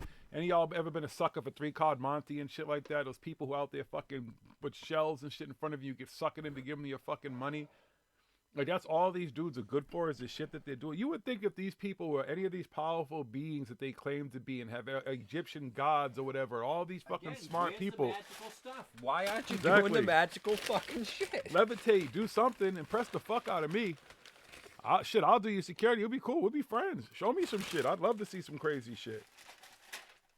but none of them are capable of doing anything. They're so underwhelming. You know, it's like people have been telling me my whole life, Jesus is coming back. It's been very underwhelming. My whole life I've heard about the end of the world scenarios. It's underwhelming. 2012 was underwhelming. All this shit is so NASA is underwhelming. I thought we'd be fucking all over, like fucking the Jetsons and shit at this point, all over space and shit. It's all underwhelming. And these motherfuckers fall right in line with that bullshit. They're all so powerful. Pyramids should be opening up for them. They know where these stargates are and all this shit. Go to them. Wouldn't you? Seriously, if it's so bad here and they want to ascend so bad, but they have all this knowledge and all these insiders who know where this is and that is and they can do this and that, go do it. That's what really impressed me is if one day we woke up and it was like those shows where like half the human beings were gone and shit and the rest were like, what happened? I would be over here like, oh, I guess they ascended. I'm like, fuck, we got more room for Exactly, activities. let's do this. Woo! Let's go. Cool. Seriously, but I'd be like, that's what my first thought would be. So like, oh, I guess they ascended. Cool, they got what they wanted. They're out. Cool, we got more shit to do here. Let's go. Life goes on.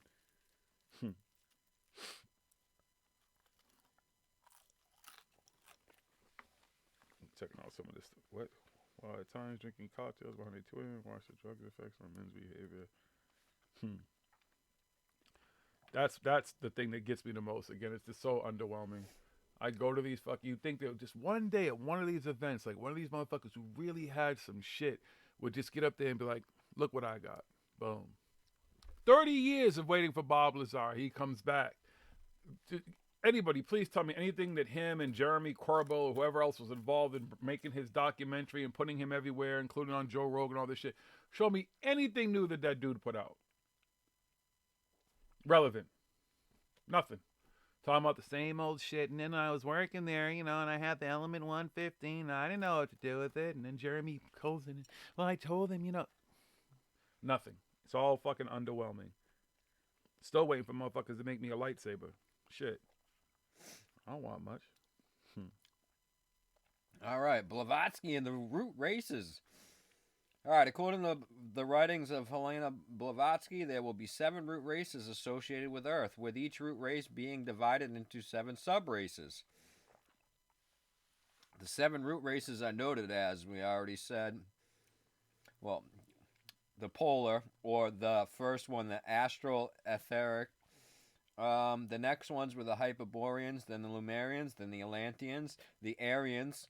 Then the last 2 have yet to appear. To date, only 5 root races have appeared. The 6th root race is predicted by Theophistus to emerge in the 28th century. The 28th century now. The 7th root race will only appear several million years in the future. Right.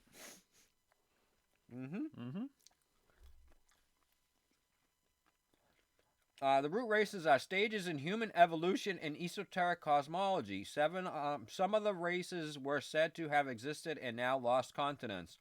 Lemuria, Atlantis, etc., etc. Blavatsky root race model was further developed and expanded upon most notably by William Scott Elliott.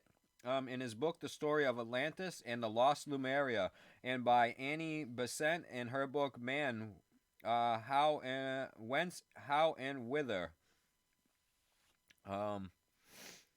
Both Scott Elliott and Besant relied heavily upon information from Charles Webster Leadbetter, who had obtained it through astral clairvoyance, which we're going to get a little bit into. Leadbetter and his little astral clairvoyance. What? He's the first Basha, basically.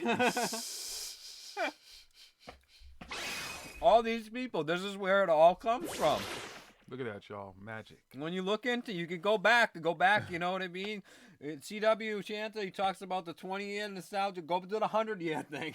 Go back 100 years to see what was happening 100 years ago and where these people are getting their stories from. And then it just kind of recycles every 20 years.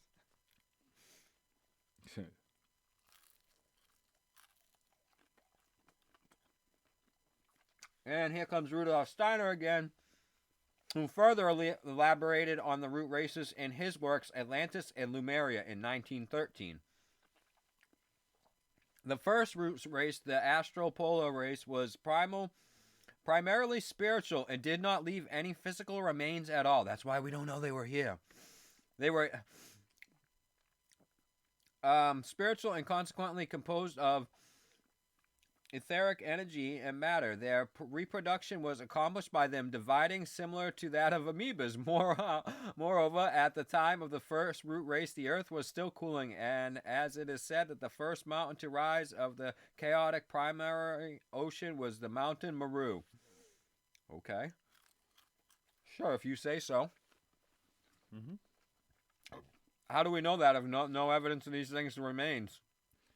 Because they said so. It's got to be real. Oh, yeah. She said so. All right, cool. Second root race lived in Hyperborea, which included what is now northern Canada, Greenland, Iceland, Scandinavia, northern Asia, and the second root race was colored golden yellow. And the climate was tropical in consequence of the earth not having yet developed an actual tilt. The esoteric name of the second root race continent is Plashka, and they called themselves Kimpersha. This root race reproduced by budding, and today there are no descendants left. Right. The gold people. The yellowish people. And Brad Gray, answer your question, no, I've never walked away from a conference. The only thing that's ever blown my mind is actually just seeing a lot of people in real life and how people are when they drink and how people are around their fucking groups and their little fucking, when they hold court and all that type of shit. That's the only thing that kind of blows my mind. It's all kind of underwhelming from any experience as far as anybody doing anything fucking incredible at a conference, except talking a lot of shit. The third root race was the first race with physical bodies. They were described as a black race of three-eyed giants, which we know isn't true because we debunked that shit last week, who inhabited the lost continent of Lemuria. It is believed that this continent existed where the Indian and Pacific Ocean now are. Modern theosophists identify Lemuria with the actual ancient supercontinent of Gondwana. The esoteric name of Lemuria is Shamalia, and according to theosophy, it has specifically existed in a large part of what is now the Indian Ocean and included Australia and extended into the South Pacific Ocean. The last remnants of the last remnants are the Australian continent and the islands of New Guinea and Madagascar. It is believed that Lemuria sank gradually and was eventually destroyed by increasing numbers of violent erupting volcanoes. Right. Race number 4. The ant people? According to theosophy teaching, the fourth race was called the Atlantean race. It appeared approximately 4,500,000 years ago in Africa and originated from the fourth subrace of Lemurian root races. You know, Arthur Curry and them. Right, yeah. You know what I'm saying? I've seen the movie. I read the comic books.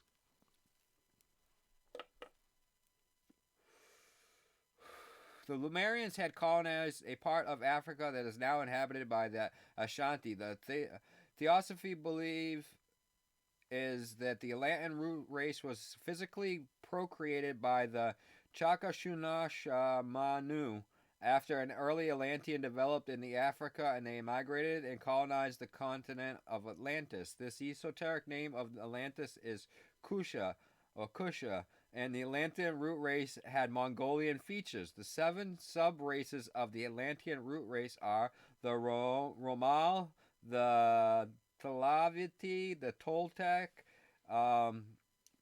what? The Turanians, the Semites, the Akkadians, and the Mongolians. According to traditional theosophy, the fourth root race, Atlantean, began with the golden brown skin, and because some Atlanteans migrated to the Americas and Asia, they gradually evolved into the red American Indian, the brown Malayan and the Yellow Mongolian races, as well as some groups of what the late 19th and early 20th century referred to as olive-skinned Mediterranean races. And here we are to, I guess this is us nowadays, the modern day, the fifth root race. Blavatsky asserted that humanity was presently in the fifth of the Aryan root race, which theosophy belief is to have emerged from the previous fourth root race, Atlantean. Thus, the origins of the fifth root race are traced back about 100,000 years ago in Atlantis, when Blavatsky stated that the Aryan root race was 1 million years old. She meant that the souls of the people that later physically incarnated as the first Aryan race. Oh, yeah. So, yeah, right. I got you. About 100,000 years ago began their incarnation cycles in the bodies of Atlanteans 1 million years ago. So they first became Aryans 100,000 years ago, but they had already been Atlanteans for 1 billion years before that. Right. Because you reincarnated, you become the next thing. Yeah. But what about all those extra people that are born now? I mean, I could see if this we started with the same number and they died, and then the next thing, you know what I mean, with the same number, but all these extra people. So this reincarnation and the soul comes back into the bodies. So there's got to be a soul machine somewhere or something crazy. On the moon, hello. You know, yeah. Oh, yeah, it's on the moon. Why do you think Michael Jackson did these entertainment? You know, so some people, they started out with a certain amount of people, and they came back, and they were like, well, we need to make a soul machine so we can have some more people filling up these, putting souls into these bodies and stuff, So we'll build a soul machine. Anyway. The Aryan root race was physically procreated by the Vavashnavatu Manu, one of the masters of ancient wisdom. The Aryan root race is white because it originates from the specific tribe of the fourth original Semite subrace of the Atlanteans, which was white-skinned and lived in the mountains of northeastern Atlantis. So everybody else who's not white is an Atlantean? You didn't know that? Yeah, I mean, I'm hello. Wow. Look, I got my 3 eyes up here. I got proof Atlantis was real. What's that? Dank Alliance.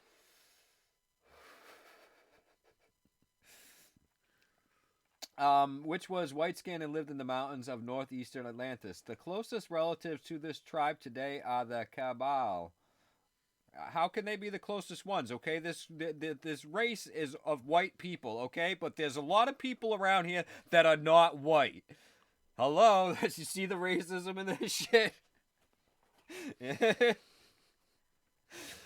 Thus, the Aryan root race overlapped the Atlantean root race, and the genesis of the fifth root race occurred towards the end of the time when the fourth root race dwelt in Atlantis. This is like fucking trying to do the math and keep up with the math of that other fucking shit we talked about a couple months ago there. Which story? Oh, the Michael Sala story we're reading and stuff. And the fucking spewing and the times and when it's going to happen. Yeah. Right, yeah. And then it's all over the fucking map. Yeah. Yeah, look here, Shane.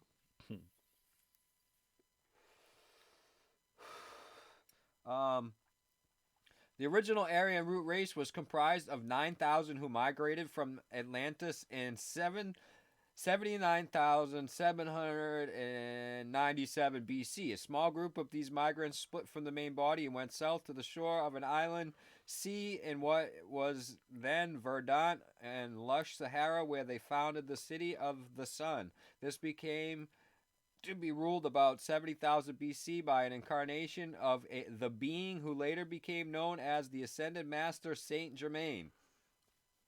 What?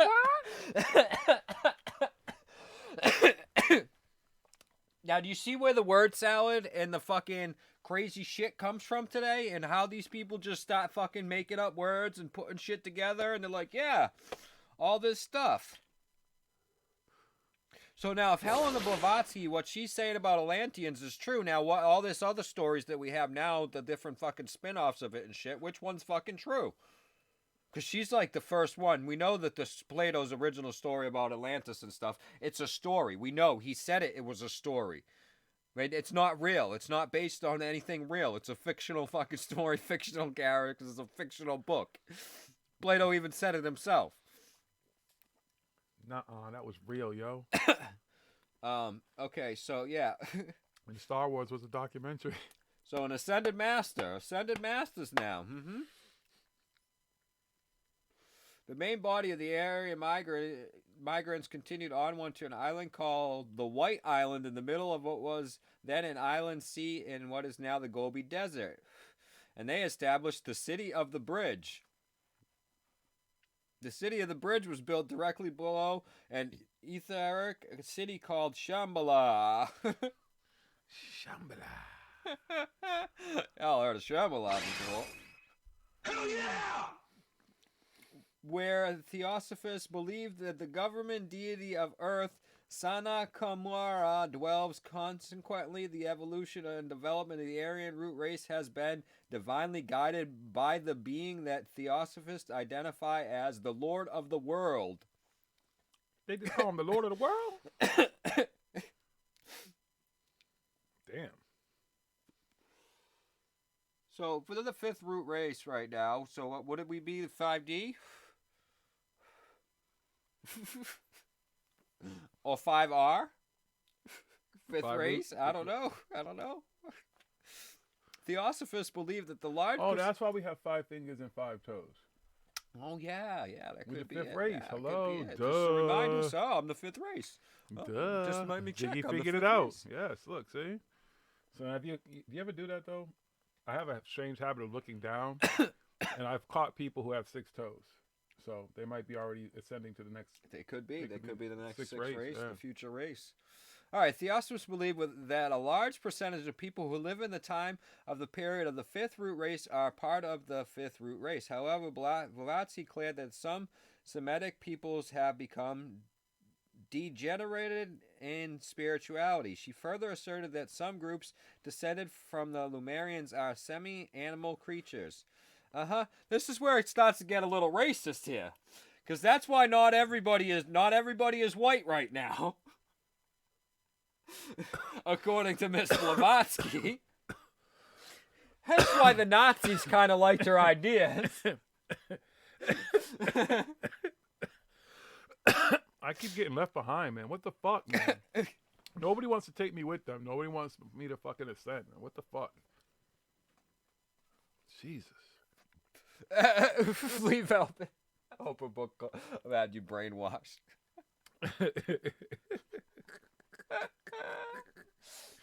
And you get brainwashed. That's the funny shit, okay? Oprah claimed to believe in the secret and all that stuff and the law of attraction and everything, and she tells everybody about it.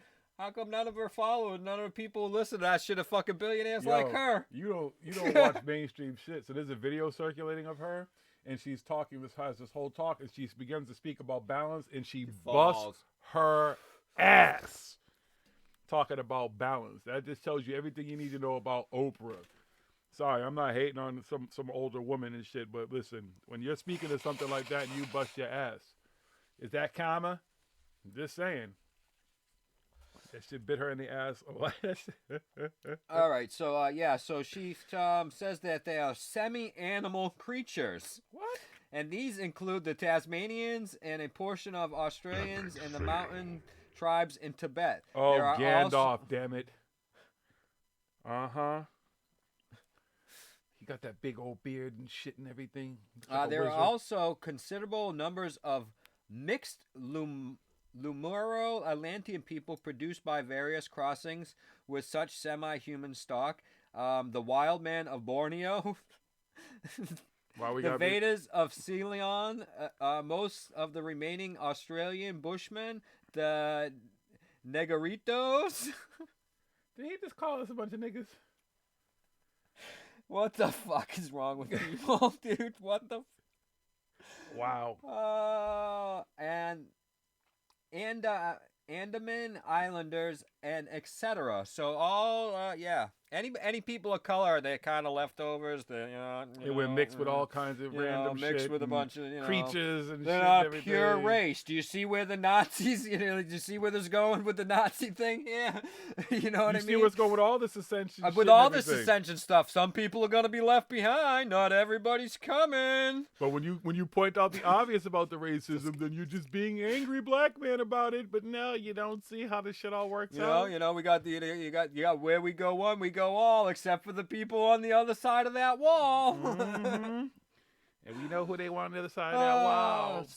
So all these groups mentioned by Blavatsky are part of what is in the 19th and most of the 20th century was called the Australoid race, except for the Bushmen, part of the Capoid race, which were believed to be by traditional theosophists to have been descendants from Lemuria. So again, like a lot of people still say and stuff, like the Aboriginals are descendants of the original people and stuff, like they're the last of the people. Where if you go by what's his name there, Melchizedek, Drumbelow, Melchizedek. Yeah. Drumbelow Melchizedek. Drumbelow sucking a dick. Fuck it. Him and his whole thing with there's your first fucking dimensional race of people, and then we're the third dimensional. We're gonna go to fifth dimensional and stuff. He's saying that his all these dudes want to get the D. And his ancient secret flower life, he says the Aboriginal people are the leftover people from the first dimensional people and stuff like that. That's why they don't see the world the way that we see and stuff. And a few tribes over in fucking like Malaysia, that area and stuff, there's a few little people and stuff like that are left, and he says that those people, again, more racist bullshit from these people. They're just racist. Because they're not like us, and they don't believe the stuff like us, and they're not, not as smart as us according to them and everything like that. They're leftovers. They're not as advanced as us and everything like that. Some races are smarter than other races and the shit that they like to say, yeah. Mm-hmm. Where the fuck was I? So those groups are left over. So Blavatsky described the fifth root race, the Aryan races, for instance, now varying from dark brown, almost black, red, brown, yellow, down to the whitest creamy color, are yet all of one and the same stock, the fifth root race, and sprang from one singular progenitor, which Hindus call Manu. Theosophists believe each root race has a separate and distinct progenitor. The sub-root race of the Aryan fifth root race include the first sub-race, the Hindu, second, the Arabian, the third, the Persian, the fourth, the Celts, the fifth, the Teutonic, and the sixth, according to Blavatsky, the sixth sub-root race of the Aryans will begin to evolve in the area of the United States in the early 21st century. Oh my God, maybe that's what all these new fuckheads, they're the new sixth sub-root. That's what all these people are. Fuck, she was right. God damn it. So they're the new sixth sub-root people? Yeah, they're the sixth sub-race of the Aryan, the fifth root race, the Aryans. Because each so they're the original racist motherfuckers. Each root race has 7 sub-root races. But those are the original racist motherfuckers, right? No. The original racist motherfuckers are the older racist motherfuckers. No, I thought that reincarnation is we're the original racist motherfuckers. Now this. No, y'all are not me. Yeah, because you're left over from the other stuff. Yeah, I'm from Atlanta. Yeah, you're from wherever you come from. You're just an animal. Yeah, I'm just. Yeah, you don't know nothing. You know nothing. You know. So now here in the 20th century, the early 20th century in the United States, this sub-root race of the Aryan root race will be called the Australo-American sub-race and is believed by theosophists to be now arising from the Teutonic sub-race of the Aryan root race in Australia and in the western United States. Many individuals of the new sub-race will be born in California.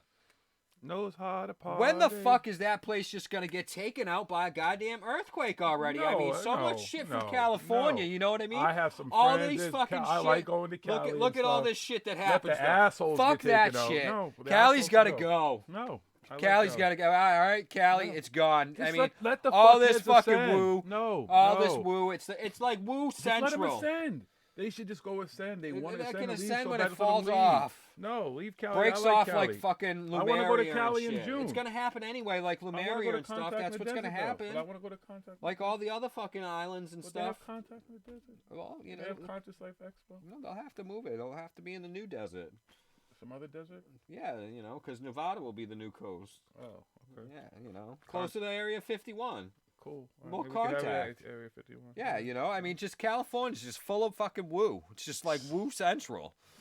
I like California. And I'm just fucking around. I like California's a great place. Don't go anywhere, California. Just let's let the assholes leave. They can go ascend.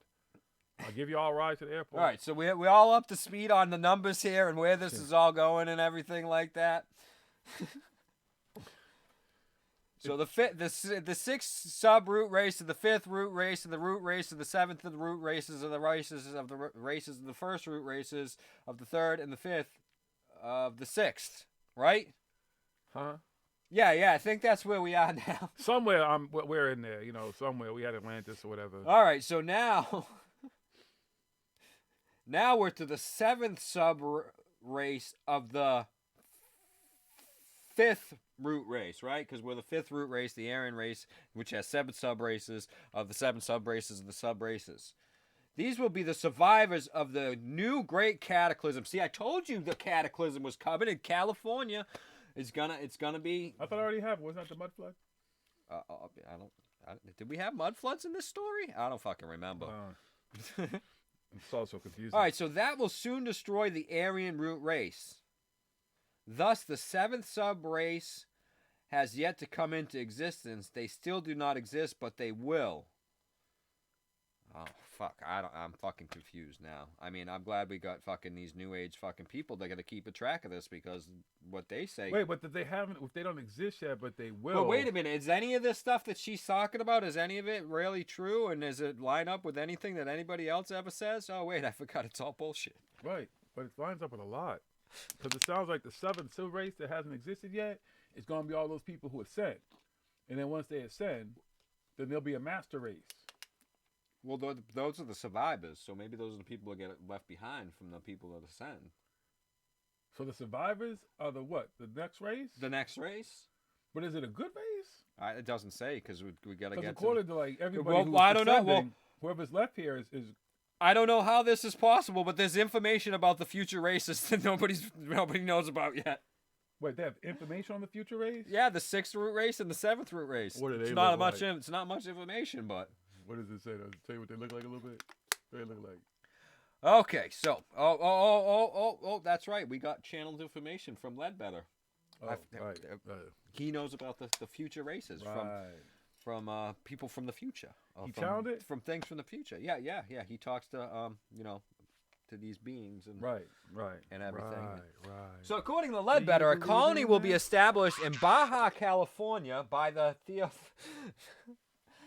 Theosophy Society under the guidance of the Master of the Ancient Wisdom. This will take place in the 28th century. Oh, wow.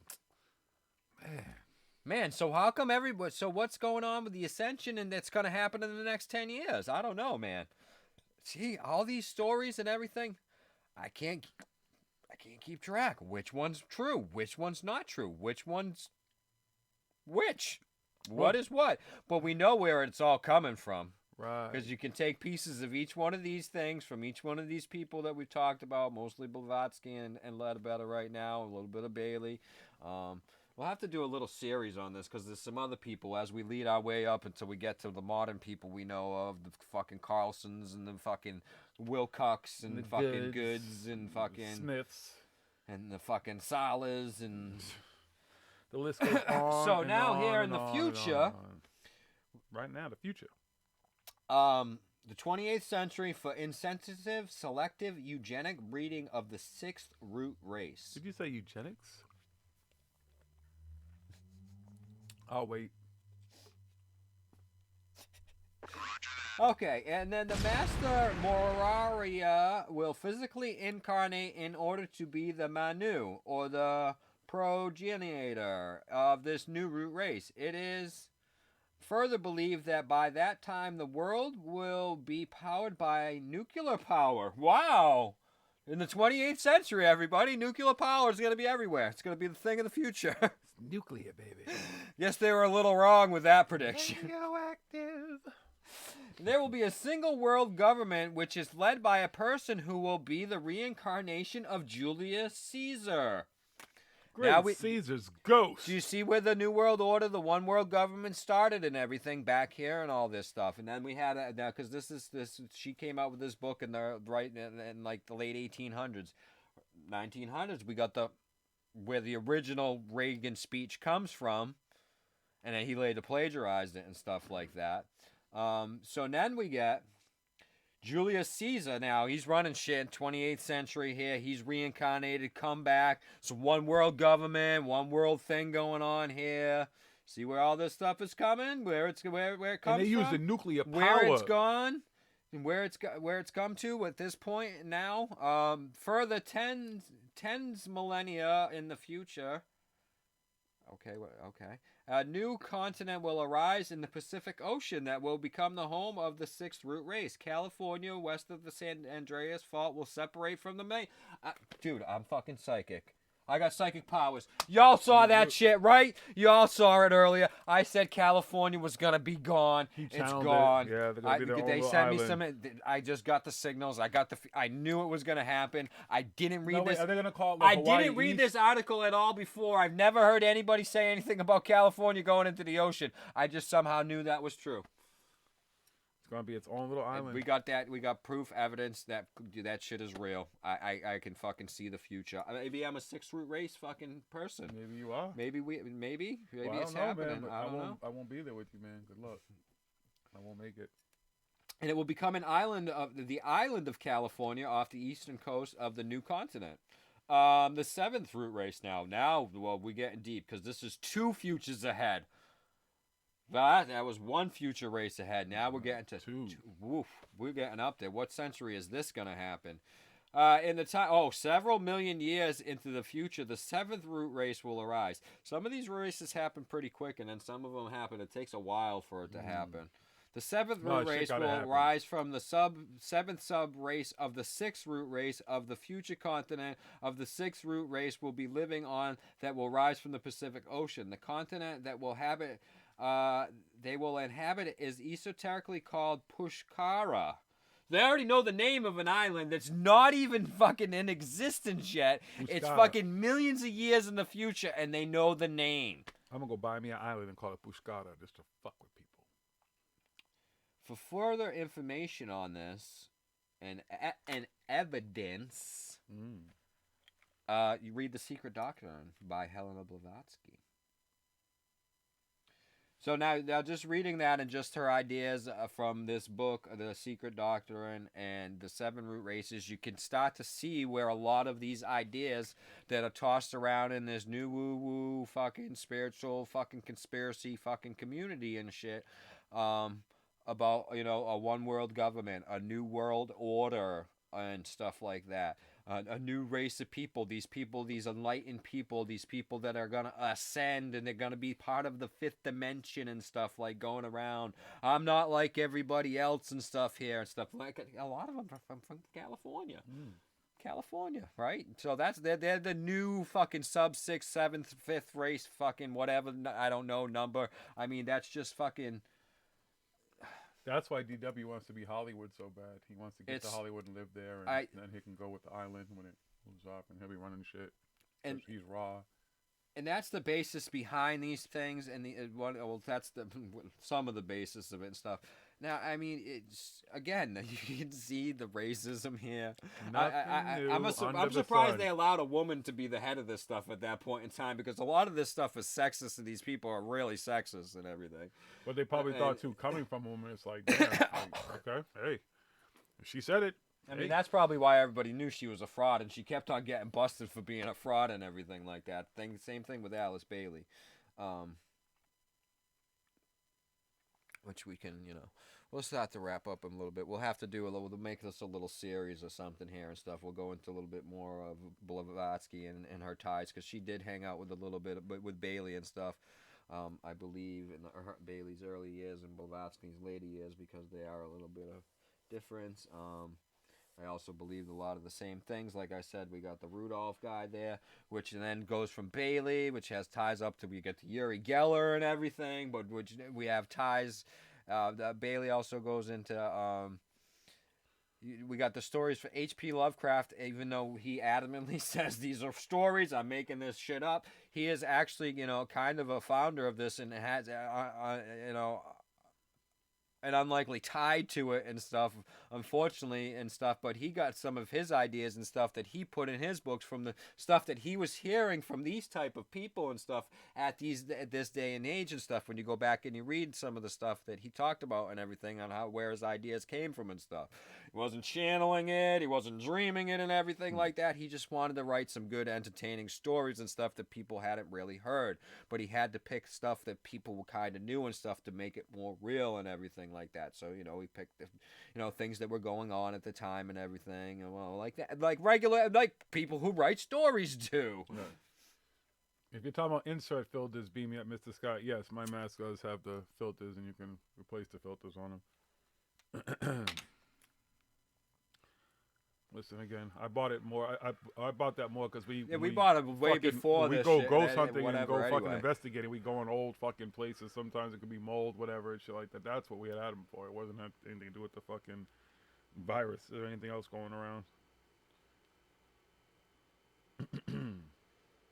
But yeah, so if you've listened to all the stuff that you talked about tonight and you understand who these people are, and if you didn't and you go and look into that's just scratching the surface of what these people actually were into and what they are about. And as we go into it more, because like I said, maybe we'll do this not every week, next couple of, maybe next week we'll do a little bit more on it, but we'll do a little bit more and we'll build up and get to the point where we are today and everything, and how each story evolved and where they took the pieces from each story before and everything. We know a lot of these things. She went to fucking Tibet and stuff. She took some stuff from the spiritual teachings and everything over there and everything. They cherry pick from ancient stuff like that. We know that they all do that, but they all cherry pick from the generation before. It is kind of, well, actually, when you kind of go into it, it is about a 20-year fucking loop, like fucking with this stuff, too. Like CW says with his fucking 20-year nostalgia loop and everything like that. It kind of is, because the next generation takes from about 20 years before and everything, because this next generation doesn't know what was going on 20 years before yet and stuff, you know what I mean? The people that are putting it out there, so that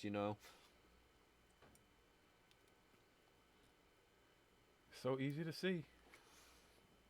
Just in case you don't even have to follow the And money. nowadays, it's so much easier to go and spot all of this stuff. Like we've talked about Von Daniken and Sitchin and stuff, like how when those were really big things to really give it a big push to kind of get it to where it is today. Like I said, we'll do it leading up to how they got their ideas. Again, they took them from Lovecraft and how I can't think of the other people's names now and stuff back in the early 1900s up to the 1930s and stuff like that, and they were writing these books. Marquis somebody else and everything. Maurice Dorel, a.k.a. Claude Dugan, fucking a.k.a. Emerald Tablets of Thoth and everything. We heard tonight some of where he's getting some of his ideas and everything of channeling and of the lost continents and things in the Egyptian ties there. And all that stuff. He was also a fan of fucking what's his name that we were talking about there, the other dude who channeled the information about the fruit race. What the fuck's his name there? I can't fucking Arbuckle or fucking Humbuckle or whatever the fuck it's Drumbelow McKeesadek? No, not him. Not him. The other dude that was just in this fucking story that we were just here talking about. They're all fucking bullshit channelers. I channel some shit too that says, hey, smoke weed every day.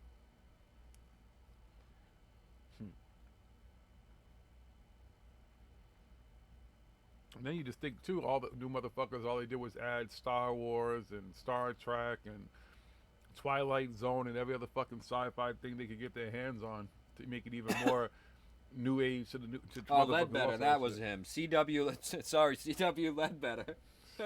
Is that what you got your name from, CW? Uh-huh. See, it all comes back. You see how it all ties in? It all makes sense now. Okay? Find out he's going to call himself, he say he's channeling CW Ledbetter. Just fucking with the CW. That proves it's all real. Yeah. So yeah, it all ties together and stuff. Even like I said, Blavatsky was taken a little bit from other stuff, but for the new age modern woo woo, the like versions to up to where we got now, it evolved from her. She is considered. There's even books written. She's called the mother of the new age woo. There's a book called that. I believe that's the exact title, the mother of new age woo. And it's her, and like then Alice Bailey was the one who eventually coined and used it in several of her fucking 3,500 books that she fucking wrote about this bullshit. No, it's only like 20-something, 24 books. But she's the actual one who started to use the term New Age spirituality and stuff like that in her teachings, which evolved the teachings were the evolved teachings of Madame Blavatsky. Lauren Pritchard. Aliens telling people to vote. Yeah, again, if these races, there was really aliens out there and they're so superior and smart, and the best they can do is tell us to vote. They don't have our best interests in mind. These aliens are not here to save us. And them fucking aliens don't give a fuck. If aliens come into the solar system, they gotta ride past Earth and lock their doors. That's exactly what's gonna happen. They're gonna be like, lock the doors. Their keep alarm's on gonna go off. Like, they're bad gonna be, area, they'll bad be like, area. fuck. Make sure the cloaking device is up. Keep going. You ever see that movie After Earth with Will Smith and his son? Where basically Earth is fucking in the future. It's all fucked up, and you can't come here or whatever because the animals are taking back the planet, and the shit is not human friendly. That's just basically us now. That humans aren't friendly, and aliens are like, yeah, don't go there. They get an alarm every time they go anywhere close near Earth. Are we part of Corey Good's pending lawsuit?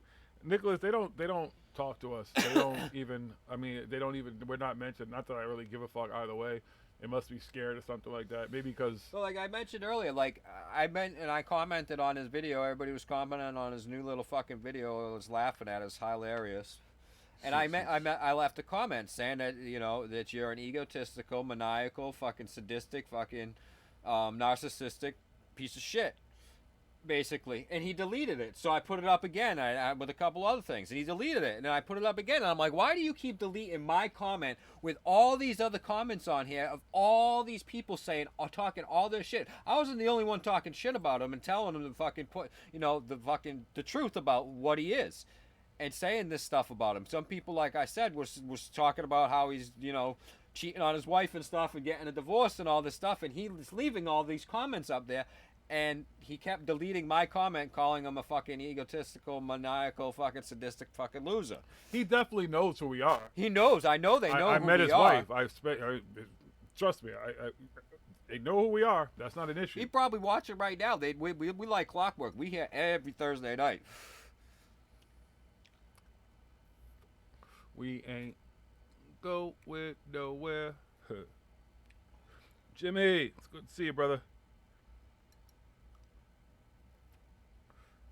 Everybody enjoyed the thing you sent me that I posted. You don't never go for woo-woo. You don't do that. But if you don't see the fucking correlation between what these motherfuckers are spitting now and all this shit that was done back in the 1800s and shit, early 1900s and stuff, you're fucking... You just don't want to believe the truth.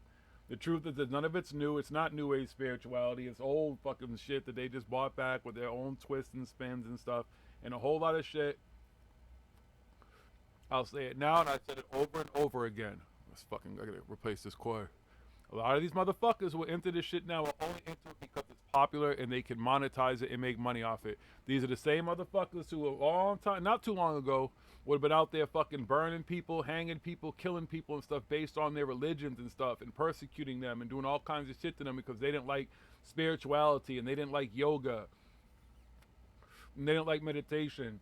And they didn't like anything outside of certain religions and stuff like that. Don't get it twisted. It's because it's become popular. It's become an ability for people to make money off of it who aren't even true to it. Fuck out of here. That's the funny thing about it. And y'all know I ain't fucking lying about that. That's why the racism is so deeply embedded in this shit. The sexism, the homophobia, everything. It's like anything you could think of these motherfuckers are into. Only certain people can stand and stuff like that. Again, seeing these motherfuckers up. Lauren, you're a perfect example there.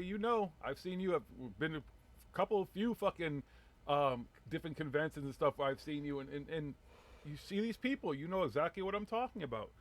You go to fucking Concerts Life Expo, 9 out of fucking every person you meet, literally 99% of the people you meet are a fucking guru or ascended master or some shit, and they're to tell you the story and tell you how you can do this, that, and the third. And I'm good.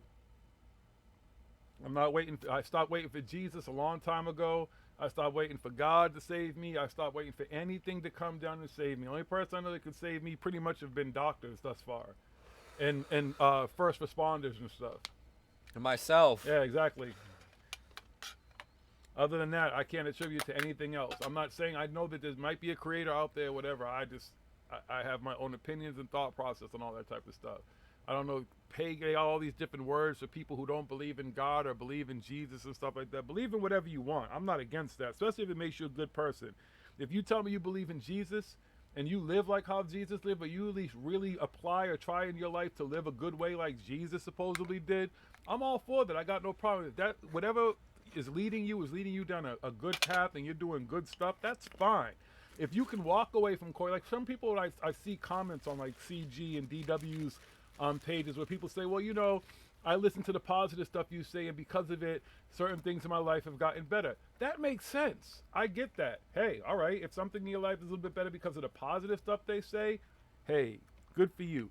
But if the rest of the stuff that they're spewing about fucking 20s and backs and all this type of random shit and aliens, Well, that's why they and throw in the little insiders, bit, the 30% of the fucking good stuff that you know you can get benefit from. Oh, eat healthy, this and that. You know what I mean? Don't drink fucking water with fucking chemicals and stuff like that. Okay, you benefit from that. Oh, don't think negative thoughts or whatever, and do this and meditation and stuff. And they put some good stuff like Billy and stuff. Oh, you know, he's got his whole plant-based fucking diet thing and everything.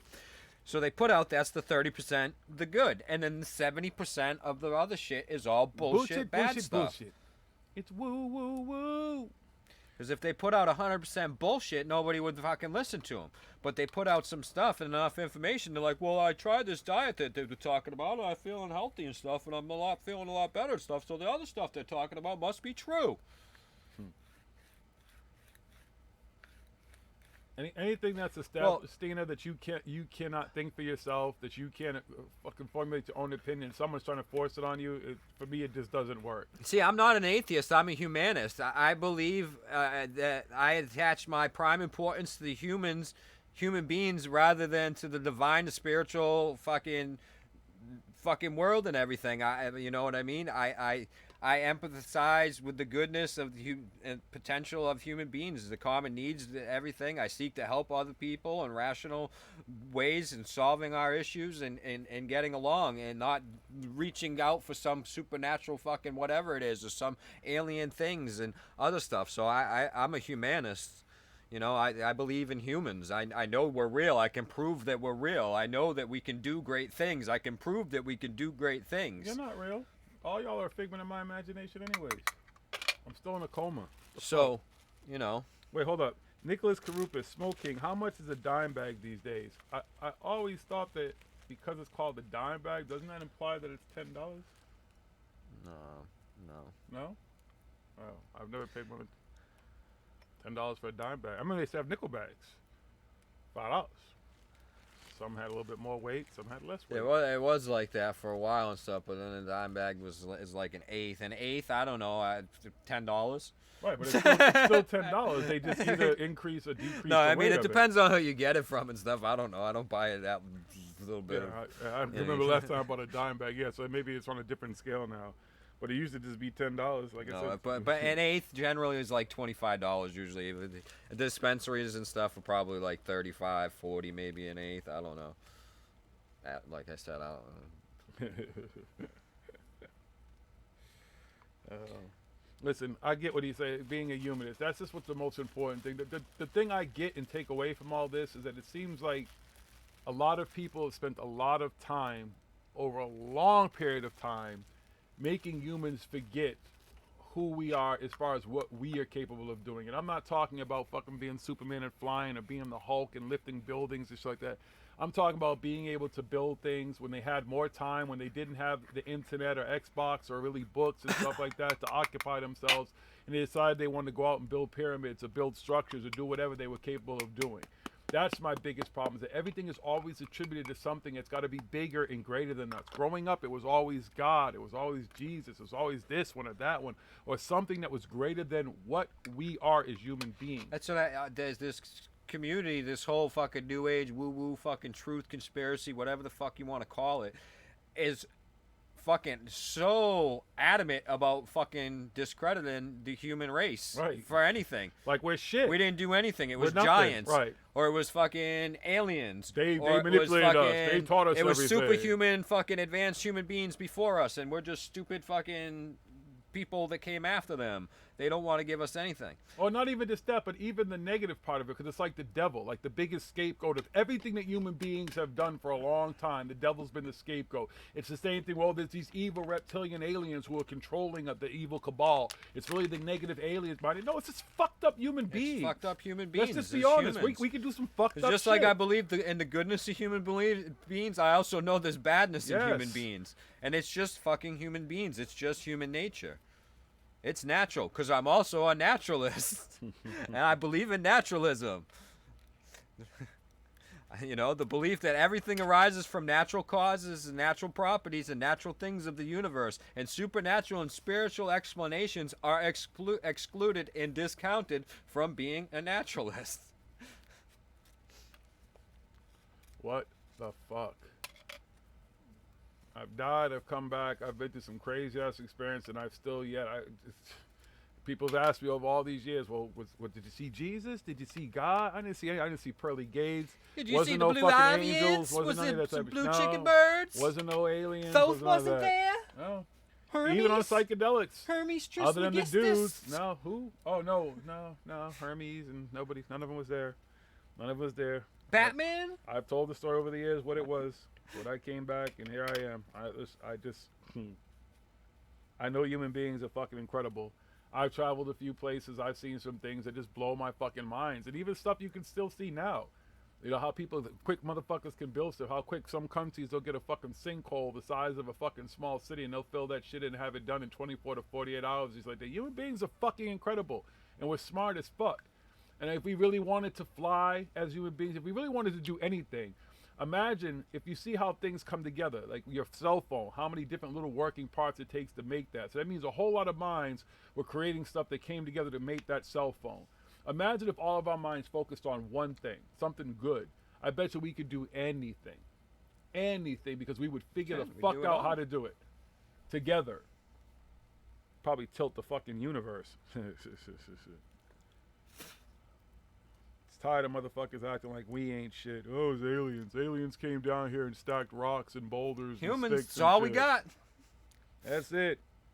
Where are they at?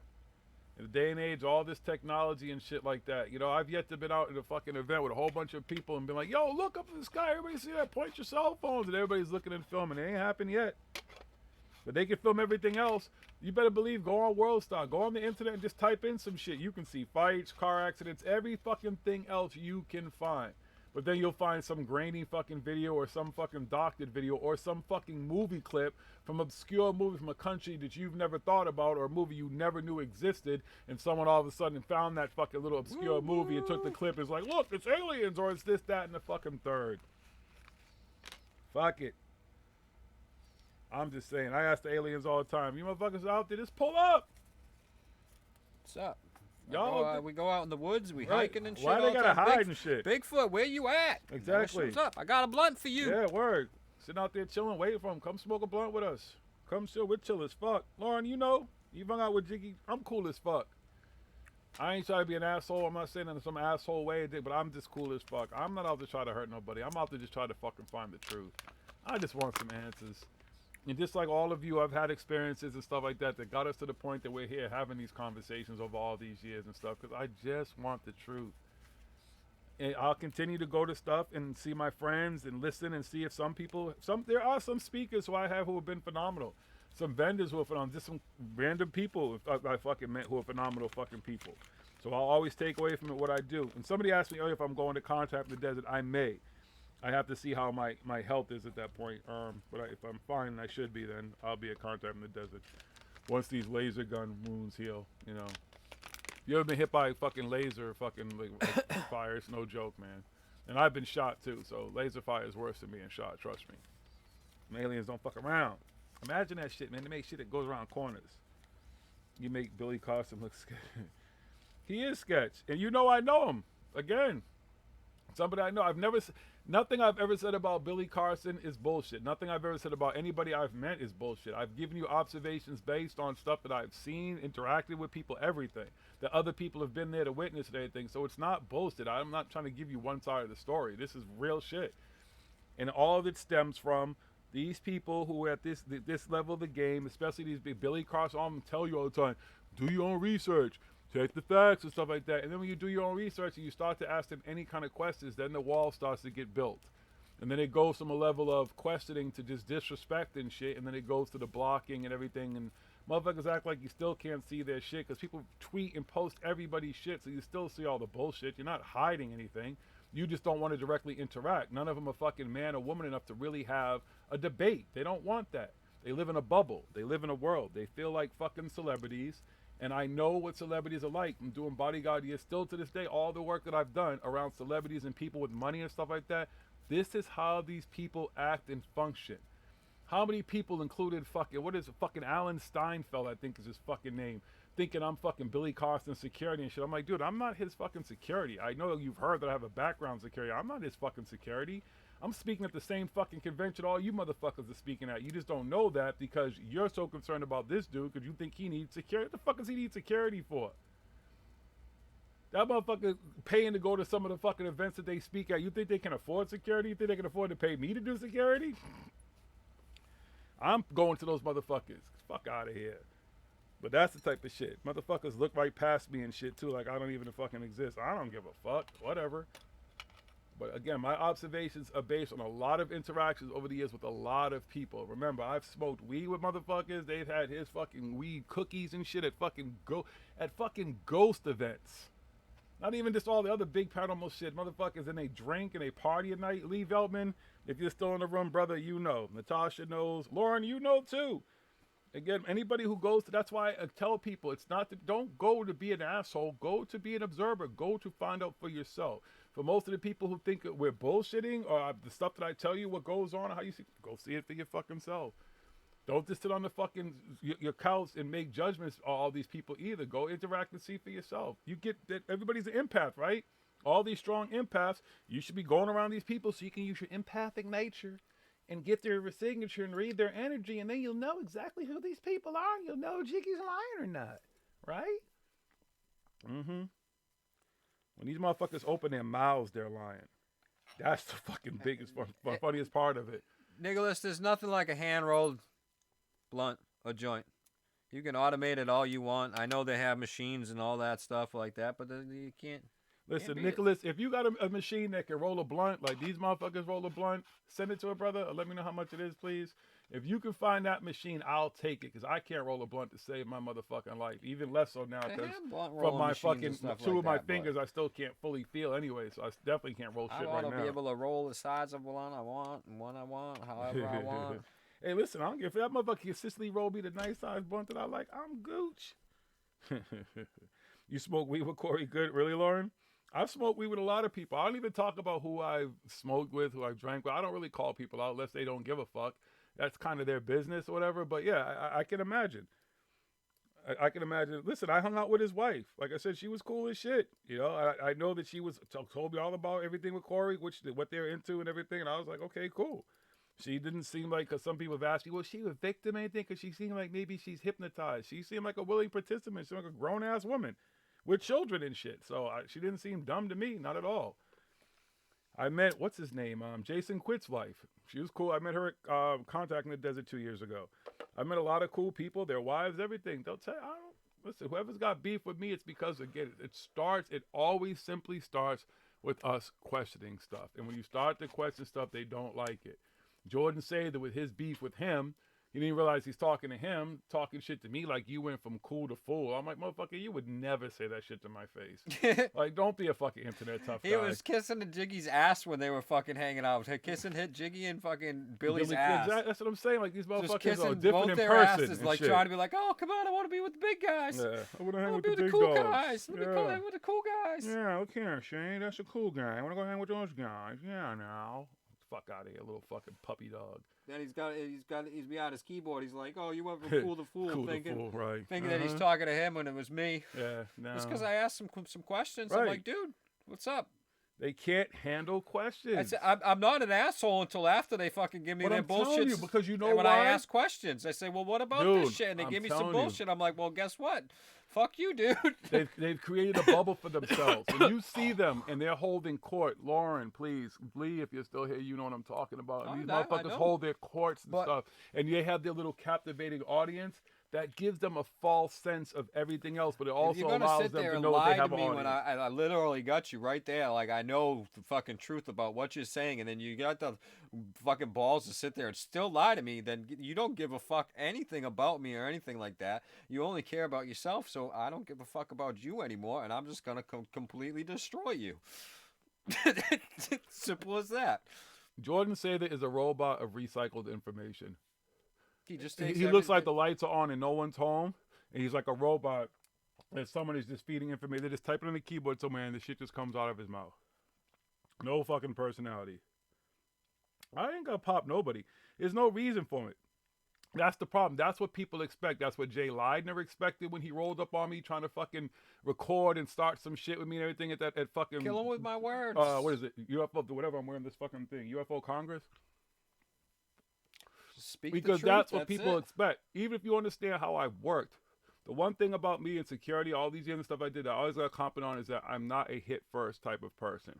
I try to assess the situation. I'd rather talk to somebody and not get. I'm not a confrontational person. If I fought anybody in my life, I will tell you this honestly. Other than affairs of the heart, because no one can really control that, I have never physically hurt anybody who did not have it coming. Period. End of story. I am not that person. And because of how I work and the things I've learned, you're not going to walk up to me and just say something and think I'm just going to punch you in the mouth. That's not really how it works. That's not how life works. And that's what most people expect. They look at my size. That's why Jay was shaking like a stripper when I stood the fuck up, when he got loud and shit, because he didn't know that's what he wanted, but he wasn't really expecting it. I don't think he assessed the situation until he was talking to me and stuff like that. Because I have the type of presence when I speak, I'm going to let you know who I am, how I feel. Plain as that. You want to be an empath, you're going to be a real empath around me because you're going to feel physically the force of my fucking light, the strength of the energy that I fucking carry. Because I'm not a fucking, not saying I'm like no bitch shit. I'm not calling anybody punks. I'm just saying that is just who I am. That's how I carry myself. Period. Fuck out of here. I'm not punting. Then they're going to fucking, that's exactly what they want. See the angry black dude. And don't even, the woman who runs this stuff, when she came in at fucking thing, she really came to me because she thought I was the fucking problem. The big ass Samoan fucking security dude. The whole time I'm just sitting there with my hands folded. And that's what I said to the security dude. I said, you see what I'm doing, right? I'm sitting there with my hands folded because I'm not a confrontational person. Because I do and have done what you do. I understand exactly how to deal when you're in my presence. You see what I'm doing. This is what I've been doing the whole time. Ask anybody around me. That is who the fuck I am. I don't need to punch you. I'm going to kill you with my mouth, with my words. My words. That's why I come here and talk this stuff. I can talk it every fucking week or whenever the fuck we choose to, because this is the fucking killer. At 50 years old, I don't need to fucking be fighting and brawling with nobody. That's easy. I've done that. Fighting is easy. Fighting accomplishes nothing. Jordan says they don't want to get... That kid's probably never had a fight in his fucking life. Emery Smith talked about punch him in the mouth. Anybody who had fucking access to him, that'd be the dude I thought would have hit him. I'm gonna go punch. I want to punch him in his fucking mouth. They all fighting amongst each other. They don't need Jiggy to hit him. They're hitting each other. Eventually, at some point, they're gonna pop off at each other so hard, or have to go their separate ways based on something that it's just what keeps happening. They tend to just fucking start fighting amongst themselves and just fucking stab each other in the back, and then it all gets fucking put out. What doesn't come out in the wash comes out in the rinse. I remember them saying that shit to me growing up. It just happens. You let motherfuckers do that shit to themselves. We ain't got to do shit to them. Just keep listening. Just keep watching. Just keep paying attention. Especially because it does affect the truth community. If you're part of a truth community overall, fuck a new age, fuck a ghost, fuck a fucking paranormal community, a truth community who wants the truth, the only way to find the truth is to tell Tom DeLonge and every fucking buddy else to fucking bug off. Like, kiss off, get the fuck out of the way. Again, like I just You're said, not really stop helping. lying. They don't give a fuck about anybody in this community by going out there and spreading lies. They only care about themselves because they're making money off of this shit. You want to be real rock stars? Show the fucking truth. Go to some real fucking media sources, not these fucking third-class fucking Z celebrities who are faking fucking insiders and all this stuff. Who the fuck would go to David Wilcox or Corey Good or any of these other motherfuckers to tell them the truth about what was really going on this planet? You think someone would risk their lives to go talk to these fucking clowns? They can't protect them or do anything. Especially after David Wilcock has said it, and I don't know how many videos he's like, I'm responsible for putting out information that has gotten people killed and everything. Like, I'm like, so, and people still, and he's like, and now I got a new insight. I'm like, people still come to you after you supposedly put out information that has gotten other people killed because of your information being out there? And people still come and like, oh, well, they can't protect themselves. How can they protect? Listen, protect themselves from what? When you need protection, when you truly think your life is in danger, as someone who has done this type of security before, you hire 24-hour, 7 days a week, 365 days of the year security to be around you and your immediate family if you are capable of doing that. If the man is living in $1 million home and has 2 other $1 million homes, whatever income he supposedly has, that means he is capable of getting a competent security, some kind of security person to be with him. That would be, instead of getting $1 million home. But you don't have nothing to worry. There's nobody after Nobody him. cares. That's what I'm saying. It's such bullshit. Emery walking around that fucking thing with all his fucking security and shit. I'm like, who the fuck? Who is this dude? Why does this fucking place have all this extra security? Come to find out it's this one dude and stuff like that. And then he comes to tell fucking Ryan Gable that basically the threats all came from Corey Good and David Wilcox. And you're fucking Emery Smith. You were in the military. You did fucking vivisection of fucking aliens or whatever the fuck you supposedly did. You're scared of those fucking clowns? Who the fuck are they? Really? Someone's scared of Corey Good because he looks, because he's an empty looking motherfucker who looks like he hasn't got no fucking soul. And I mean soul, like he got no rhythm or nothing to him. He just looks like a fucking whatever. He speaks with them empty fucking eyes and shit. You're scared of him or David fucking clown looking Wilcox? Put the fucking clown makeup on that dude and laugh. Fuck out of here. Billy Costin, Mr. Tough Guy, with all his shit about having guns and all the stuff he was talking about. Everybody's a fucking tough guy. Dude, you fucking, please. I would never have to put my hands on people and fight with people. That's what they want. So they can say, oh, I don't want them at these events and stuff we speak. Fuck out of here. Paying customers. No one cares about you clowns. Pomp and circumstance.